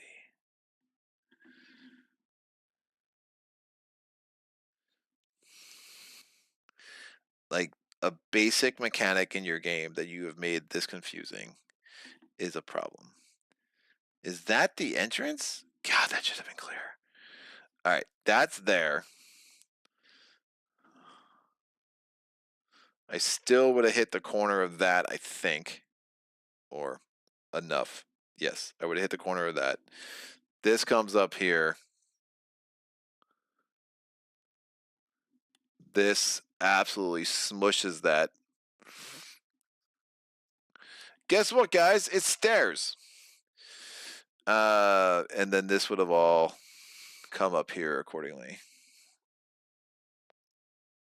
And everything fits. Yeah, there's like a line here, but it's super unclear. And then the more you look at the book, you're like, oh, that's where it's supposed to go? Okay. So technically that might be out of play. No, I'm never playing that's out of play. Because if you can't fit it all, like something weird happens. All right, so there's our steps, kids. We can take actions there that are helpful. All right, so we have an F for a raider. So we have our first raider. Be excited. The raider goes here. We have a brigand, which is here. And we have. Is that a brute? Really? Wolf. I have no interest in killing these things. We're going to have to get those 3 cards. The brigand, the raider, the brute. He's on this side. We are going to have to. We can move in there. When the hero makes 4 actions, place a current tile, place another hero from the previous tile into the adjacent square. So we're going to go here. And I can place him on the steps, which is super nice. This can come off. And now we're going to draw a battle card. Floor spikes. Vicious spikes spring suddenly upwards, light reflecting from their wicked points. Each hero makes it at each hero that fails suffers a wound and a wolf. That's interesting. So +0. Every hero has to floor spikes. Every hero has to do this. So I need a 10 or higher. I rolled a 2. That'd be 5 damage. Instead, I'm just gonna spend this and discard all of these. Rolling for Wind Shell, I rolled an 11. Rolling for Night Feather, I rolled a 9 +3, so I actually got a 12. So he passed. So Stoneheart would have also gotten this heart, which I believe just lowers our roll. Subtract 1 for each event roll, but when you spend that token I just spent, I think all negative effects go away as well. Free actions, dice, healing potion. Here's defeated instead of failing the encounter. They may spend the healing potion to be revived. Discard each wound card and condition they have. So done. Pretty powerful stuff. This goes at the bottom of this deck. And this will go back at the bottom of the corridor deck. And we have to reset because we got new enemy cards that were not on the board before. Alright, this goes here. That makes... I mean, the fact that, like, most of your scenarios are get from this side to that, and you literally have a specific... I can't, dude. How is that not clearer on your board? I'm flabbergasted. There is definitely some like ATO like elements to how player unfriendly this game is. It's not nearly as bad as ATO for the record, but there are some things that just make you go, Things that make you go, Alright, 4. That's right. You thought you wouldn't get any more singing from me tonight, but you were wrong, sir. Or ma'am. Or other. Alright, Brute. And Night Feather and Raider. We just have to get the hell out of here. I don't care how. The Brigand! There's one Brigand. He is ferocious. Yeah, he is. He's attacking hero in the same spot. So that means he's attacking the Night Feather. Night Feather is a defensive 1. We need an 8 or higher. We rolled a 5. Night Feather gets another wound. Most excellent. Alright. UPS delivering something to me. Excellent. Thank you. Stoneheart. What's up, Stony? Whoa, whoa. Yeah, having another brute sucks. Sucks, I say. Sucks. Alright, we're gonna do this. We're empowering an attack. We have disadvantage because of that thing. I am +4, so you know. The 8 goes away. The 6 stays. 2 we hit. I was doing with, it doesn't matter. I was doing a balanced swing. I need a 6 or higher to do a crit. I got a 3. Doesn't matter. I still do 1 damage. And then we'll do charge because who cares? I'm going to, again, empower again. I'm +4. Woof. 2 and 2 and 4. I hit. It says I hit twice. This gets replenished. And then I'm trying to do a crit. It doesn't matter. You can only take 1 damage. I rolled a 7. I do crit. Oh, which does allow me to... Nah, it would have been 2 damage. It's still just 1. So this flips.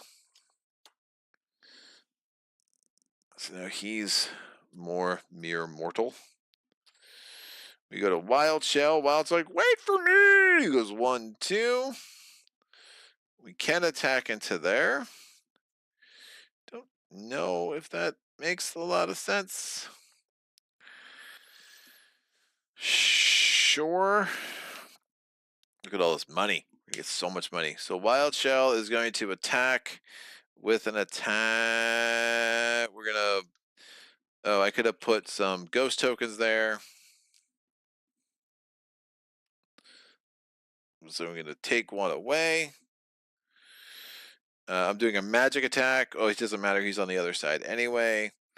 I'm going to take 1 away to empower. I need a 10 or higher. It's a 3 plus a 1 plus 3. So I super failed. And woof. Wild Shell is done. Brute. Brute is ferocious, attacking in the same zone, attacking Stoneheart. Stoneheart is rolling a d12. We're at +2. We need an 8 or higher. We rolled an 8. We still get pushed to here. Night Feather is going to attack one thing and then get out of dodge. I think is how that's going to go. The Raider. The Raider has a range attack. They're pretty gross. So the Night Feather is attacking with piercing strike. It's the only enemy, so we get to re-roll our attack roll. We're plus 7 billion. We only need a 9. There you go, it's an 18. And now I'm going to roll this. I need a 4 or higher. I'm plus 2 because it's the only one in the zone. I rolled a 4. We're plus 2, so that's definitely a crit. That replenishes because of that. So we've killed the brigand. The brigand card goes away. That's another money. And then we're escaping out.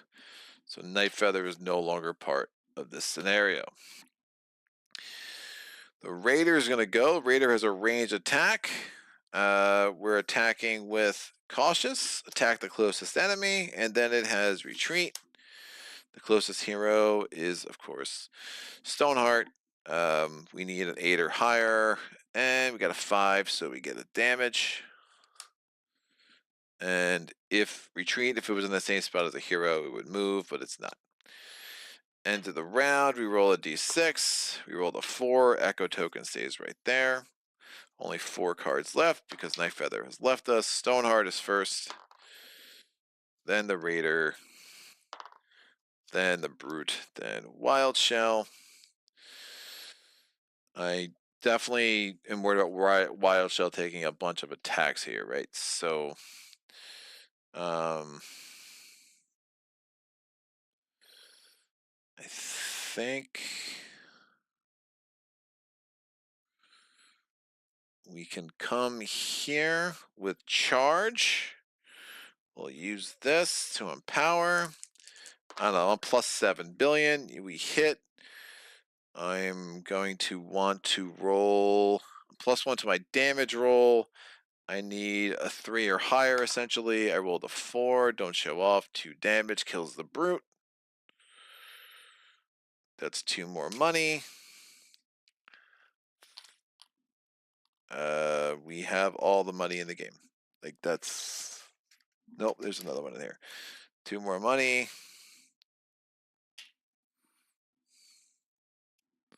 And there's another one in there. That's crazy. Stoneheart has 1 more action. Stoneheart will just move back here. The Raider is going to attack Stoneheart. It's a 3. It's another damage.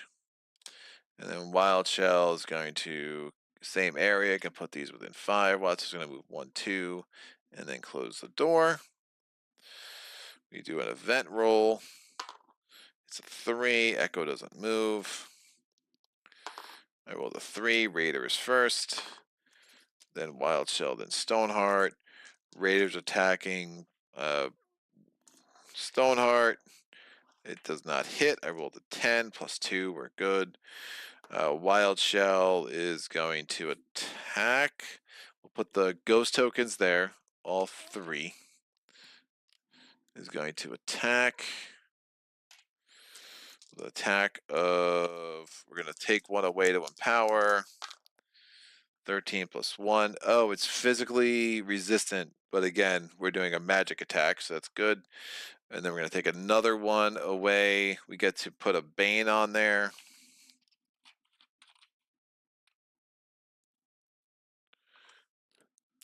We need a 4. I rolled a 4 and a 1. The 4 auto hits. So we do 1 damage because of Curse. And then I'm going to attack. I'm empowered. This goes away.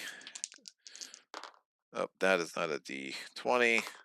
I rolled a 4 and a Bardsong. Bardsong means I don't even need to... Bardsong means I refresh this. I don't even need to do a damage roll. I auto hit, which is another damage, which kills this guy. When the Raider's killed, that's another thing of money. So I just flipped over one of the ones.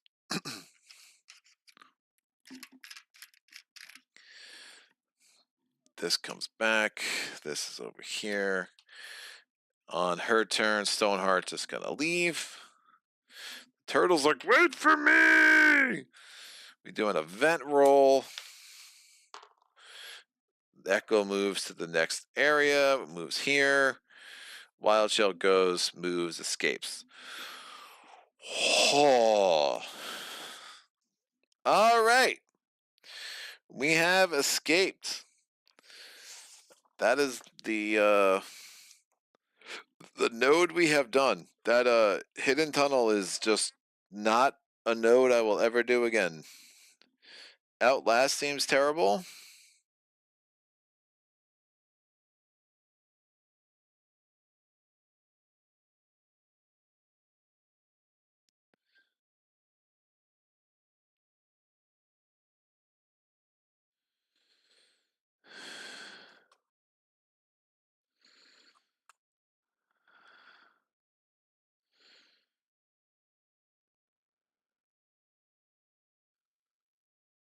Wolf. Long crawl sounds terrible. I mean, these nodes just aren't fun, man. They're just the same thing over and over.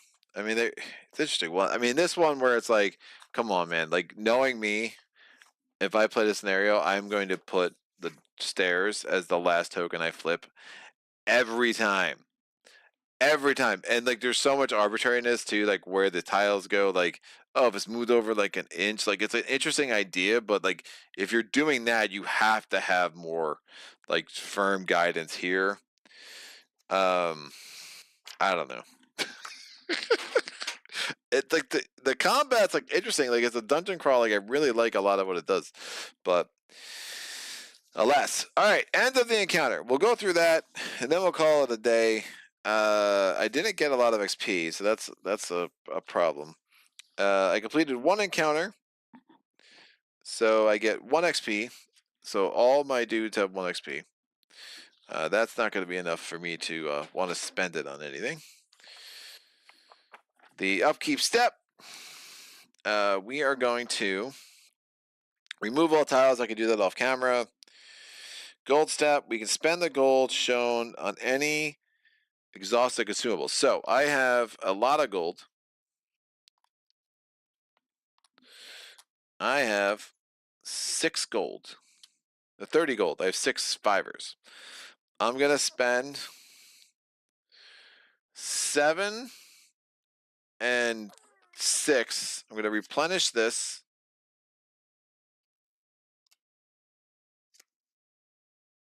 6 to get that back. So that's a stone skin salve. It's important. It allows me to basically not even do a defense roll and just automatically avoid. So I'm spending that, and then I'm also going to replenish this.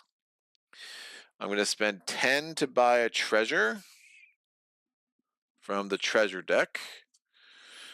Add +1 to attack rolls.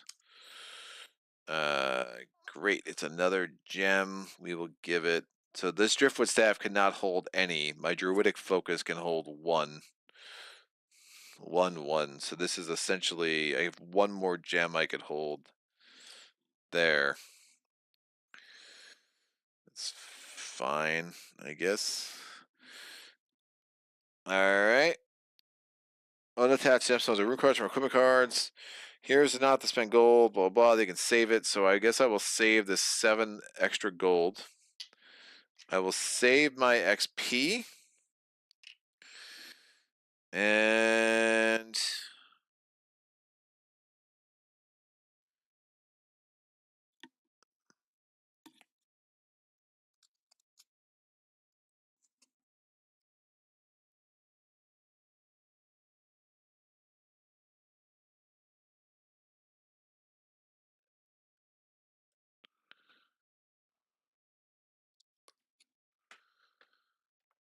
why is this? Why is premonition? Is my premonition misprinted?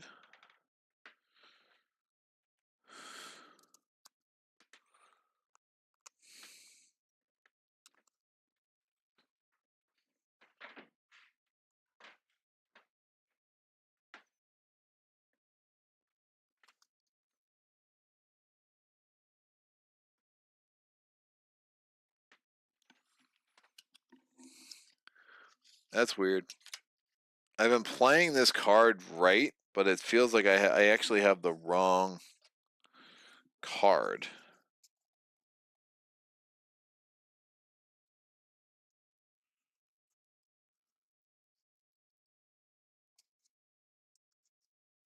Hold on one sec.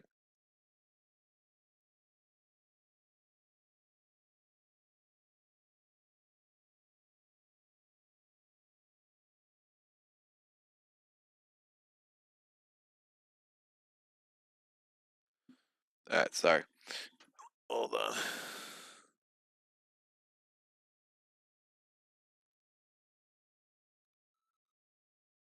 Got it. Sorry. All right. Yeah, I've been playing this card right, but somehow it's like misprinted.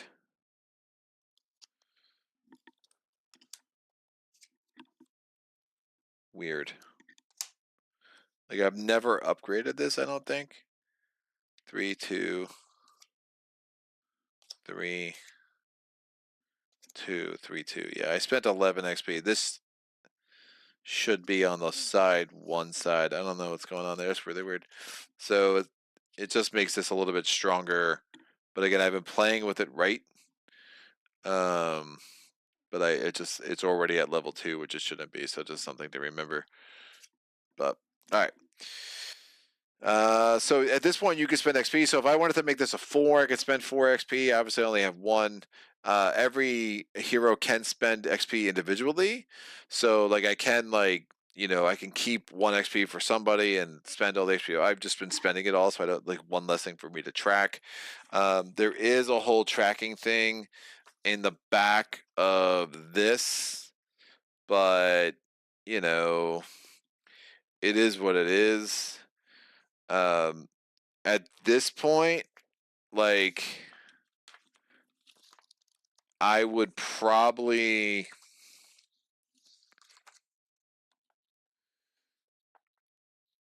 I'll probably take that direction, skip CD, go to CE, skip CF and go to CG. I think would be make the most sense. And so that you have 2 more scenarios, and I'm assuming that will open up the boss battle. But yeah, there's no way I'm playing 1, 2, 3, 4 more scenarios in this thing.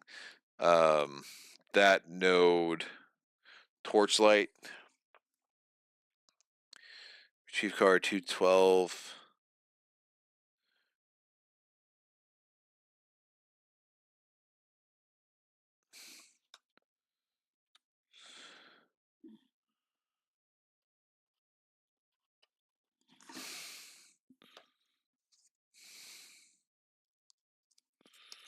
Torchlight. Your light grows weak. Place 15 timer tokens on this card at the start of the end phase. Discard a token. Each time without its place overlaps a rune marker. What?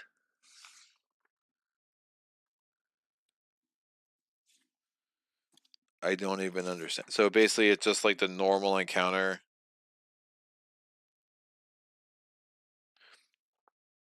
But I have to do it in 15 turns. I mean, even 15 turns is a lot, man. Like, woof. I don't know. It's essentially all the same. It's the same thing over and over and over again. It's just really bad design, dude. The boss battles are interesting. So the bosses have like multiple cards. And each card represents an attack that's in the line, and then you have to do 2 damage. So every time you do 2 damage to the boss, like the card in the first initiative spot flips, and then once all the cards are flipped over, you do 2 more damage and you discard one of the cards. So you're basically making the boss weaker by reducing their attacks, and by every time you take away one of their cards, they're attacking 1 less time. So reducing their number of attacks. So it's a really cool mechanic. So they come out pretty hard. And I found like even the one boss was just 2 cards there. I found that interesting. But there is some randomness in what gets placed, like what card gets discarded. And again, like one of the disappointing, I mean, the minis are, and one of the reasons I think I'm like interested in like actually going forward is like the minis are like super cool, man. Like that thing is like awesome. So that's like your big bad at the end, I'm assuming.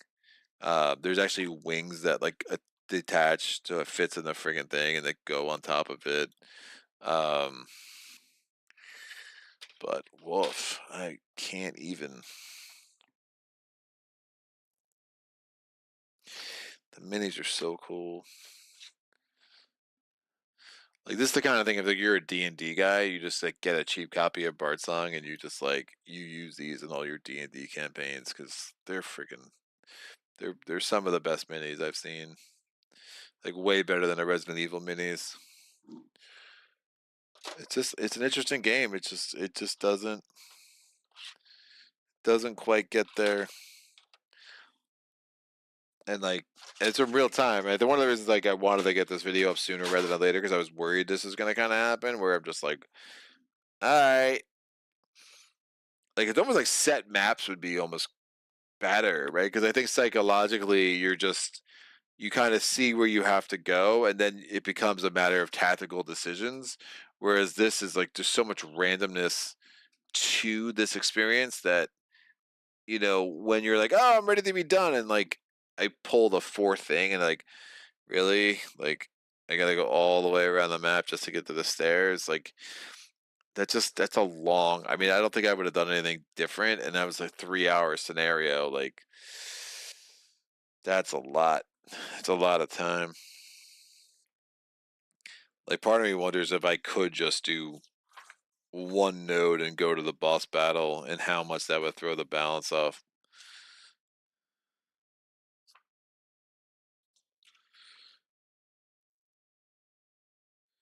That's essentially what I did in the first chapter I played. It doesn't seem crazy, to be honest with you.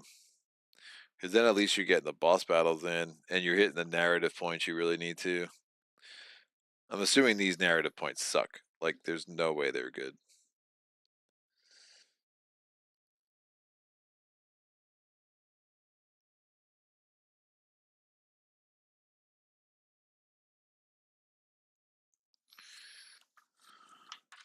I'm assuming there's that many bosses. Campaign ending 4. It's funny. The game, and do not read unless instructed to. But I want to read. I mean, some of these figures are so damn cool, man. Frost Shaman, the slave. Ogre. The Greater Demon. Oh, that's crazy.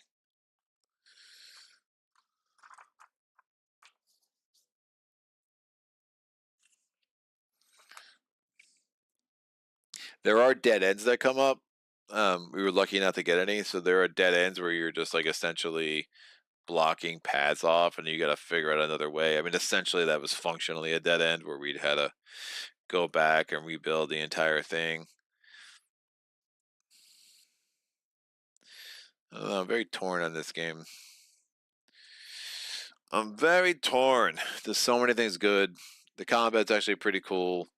I do like, you know, the way you augment your dice. I mean, it almost has like that too many bones thing where you're better off upgrading stats. Like again, I hit so many times with like crappy rolls because I'm like, well, I'm +3 and +2, and that treasure has been really good for me. I kept pulling like attack enhancers. So, but that's that. That is Bardsong. I do appreciate uh, Steamforged kind of hooking me up with a review copy. I'm not sure where I'm going with this campaign. I have a feeling that I'll get a couple more scenarios done and probably move on. I got too many games that are just better. To be honest, that just do more interesting things that aren't as grindy, that offer a variety of experiences. I mean, that's like the thing with Oathsworn. Like I'm only 3 chapters into Oathsworn, and like how different each of the bosses are has been pretty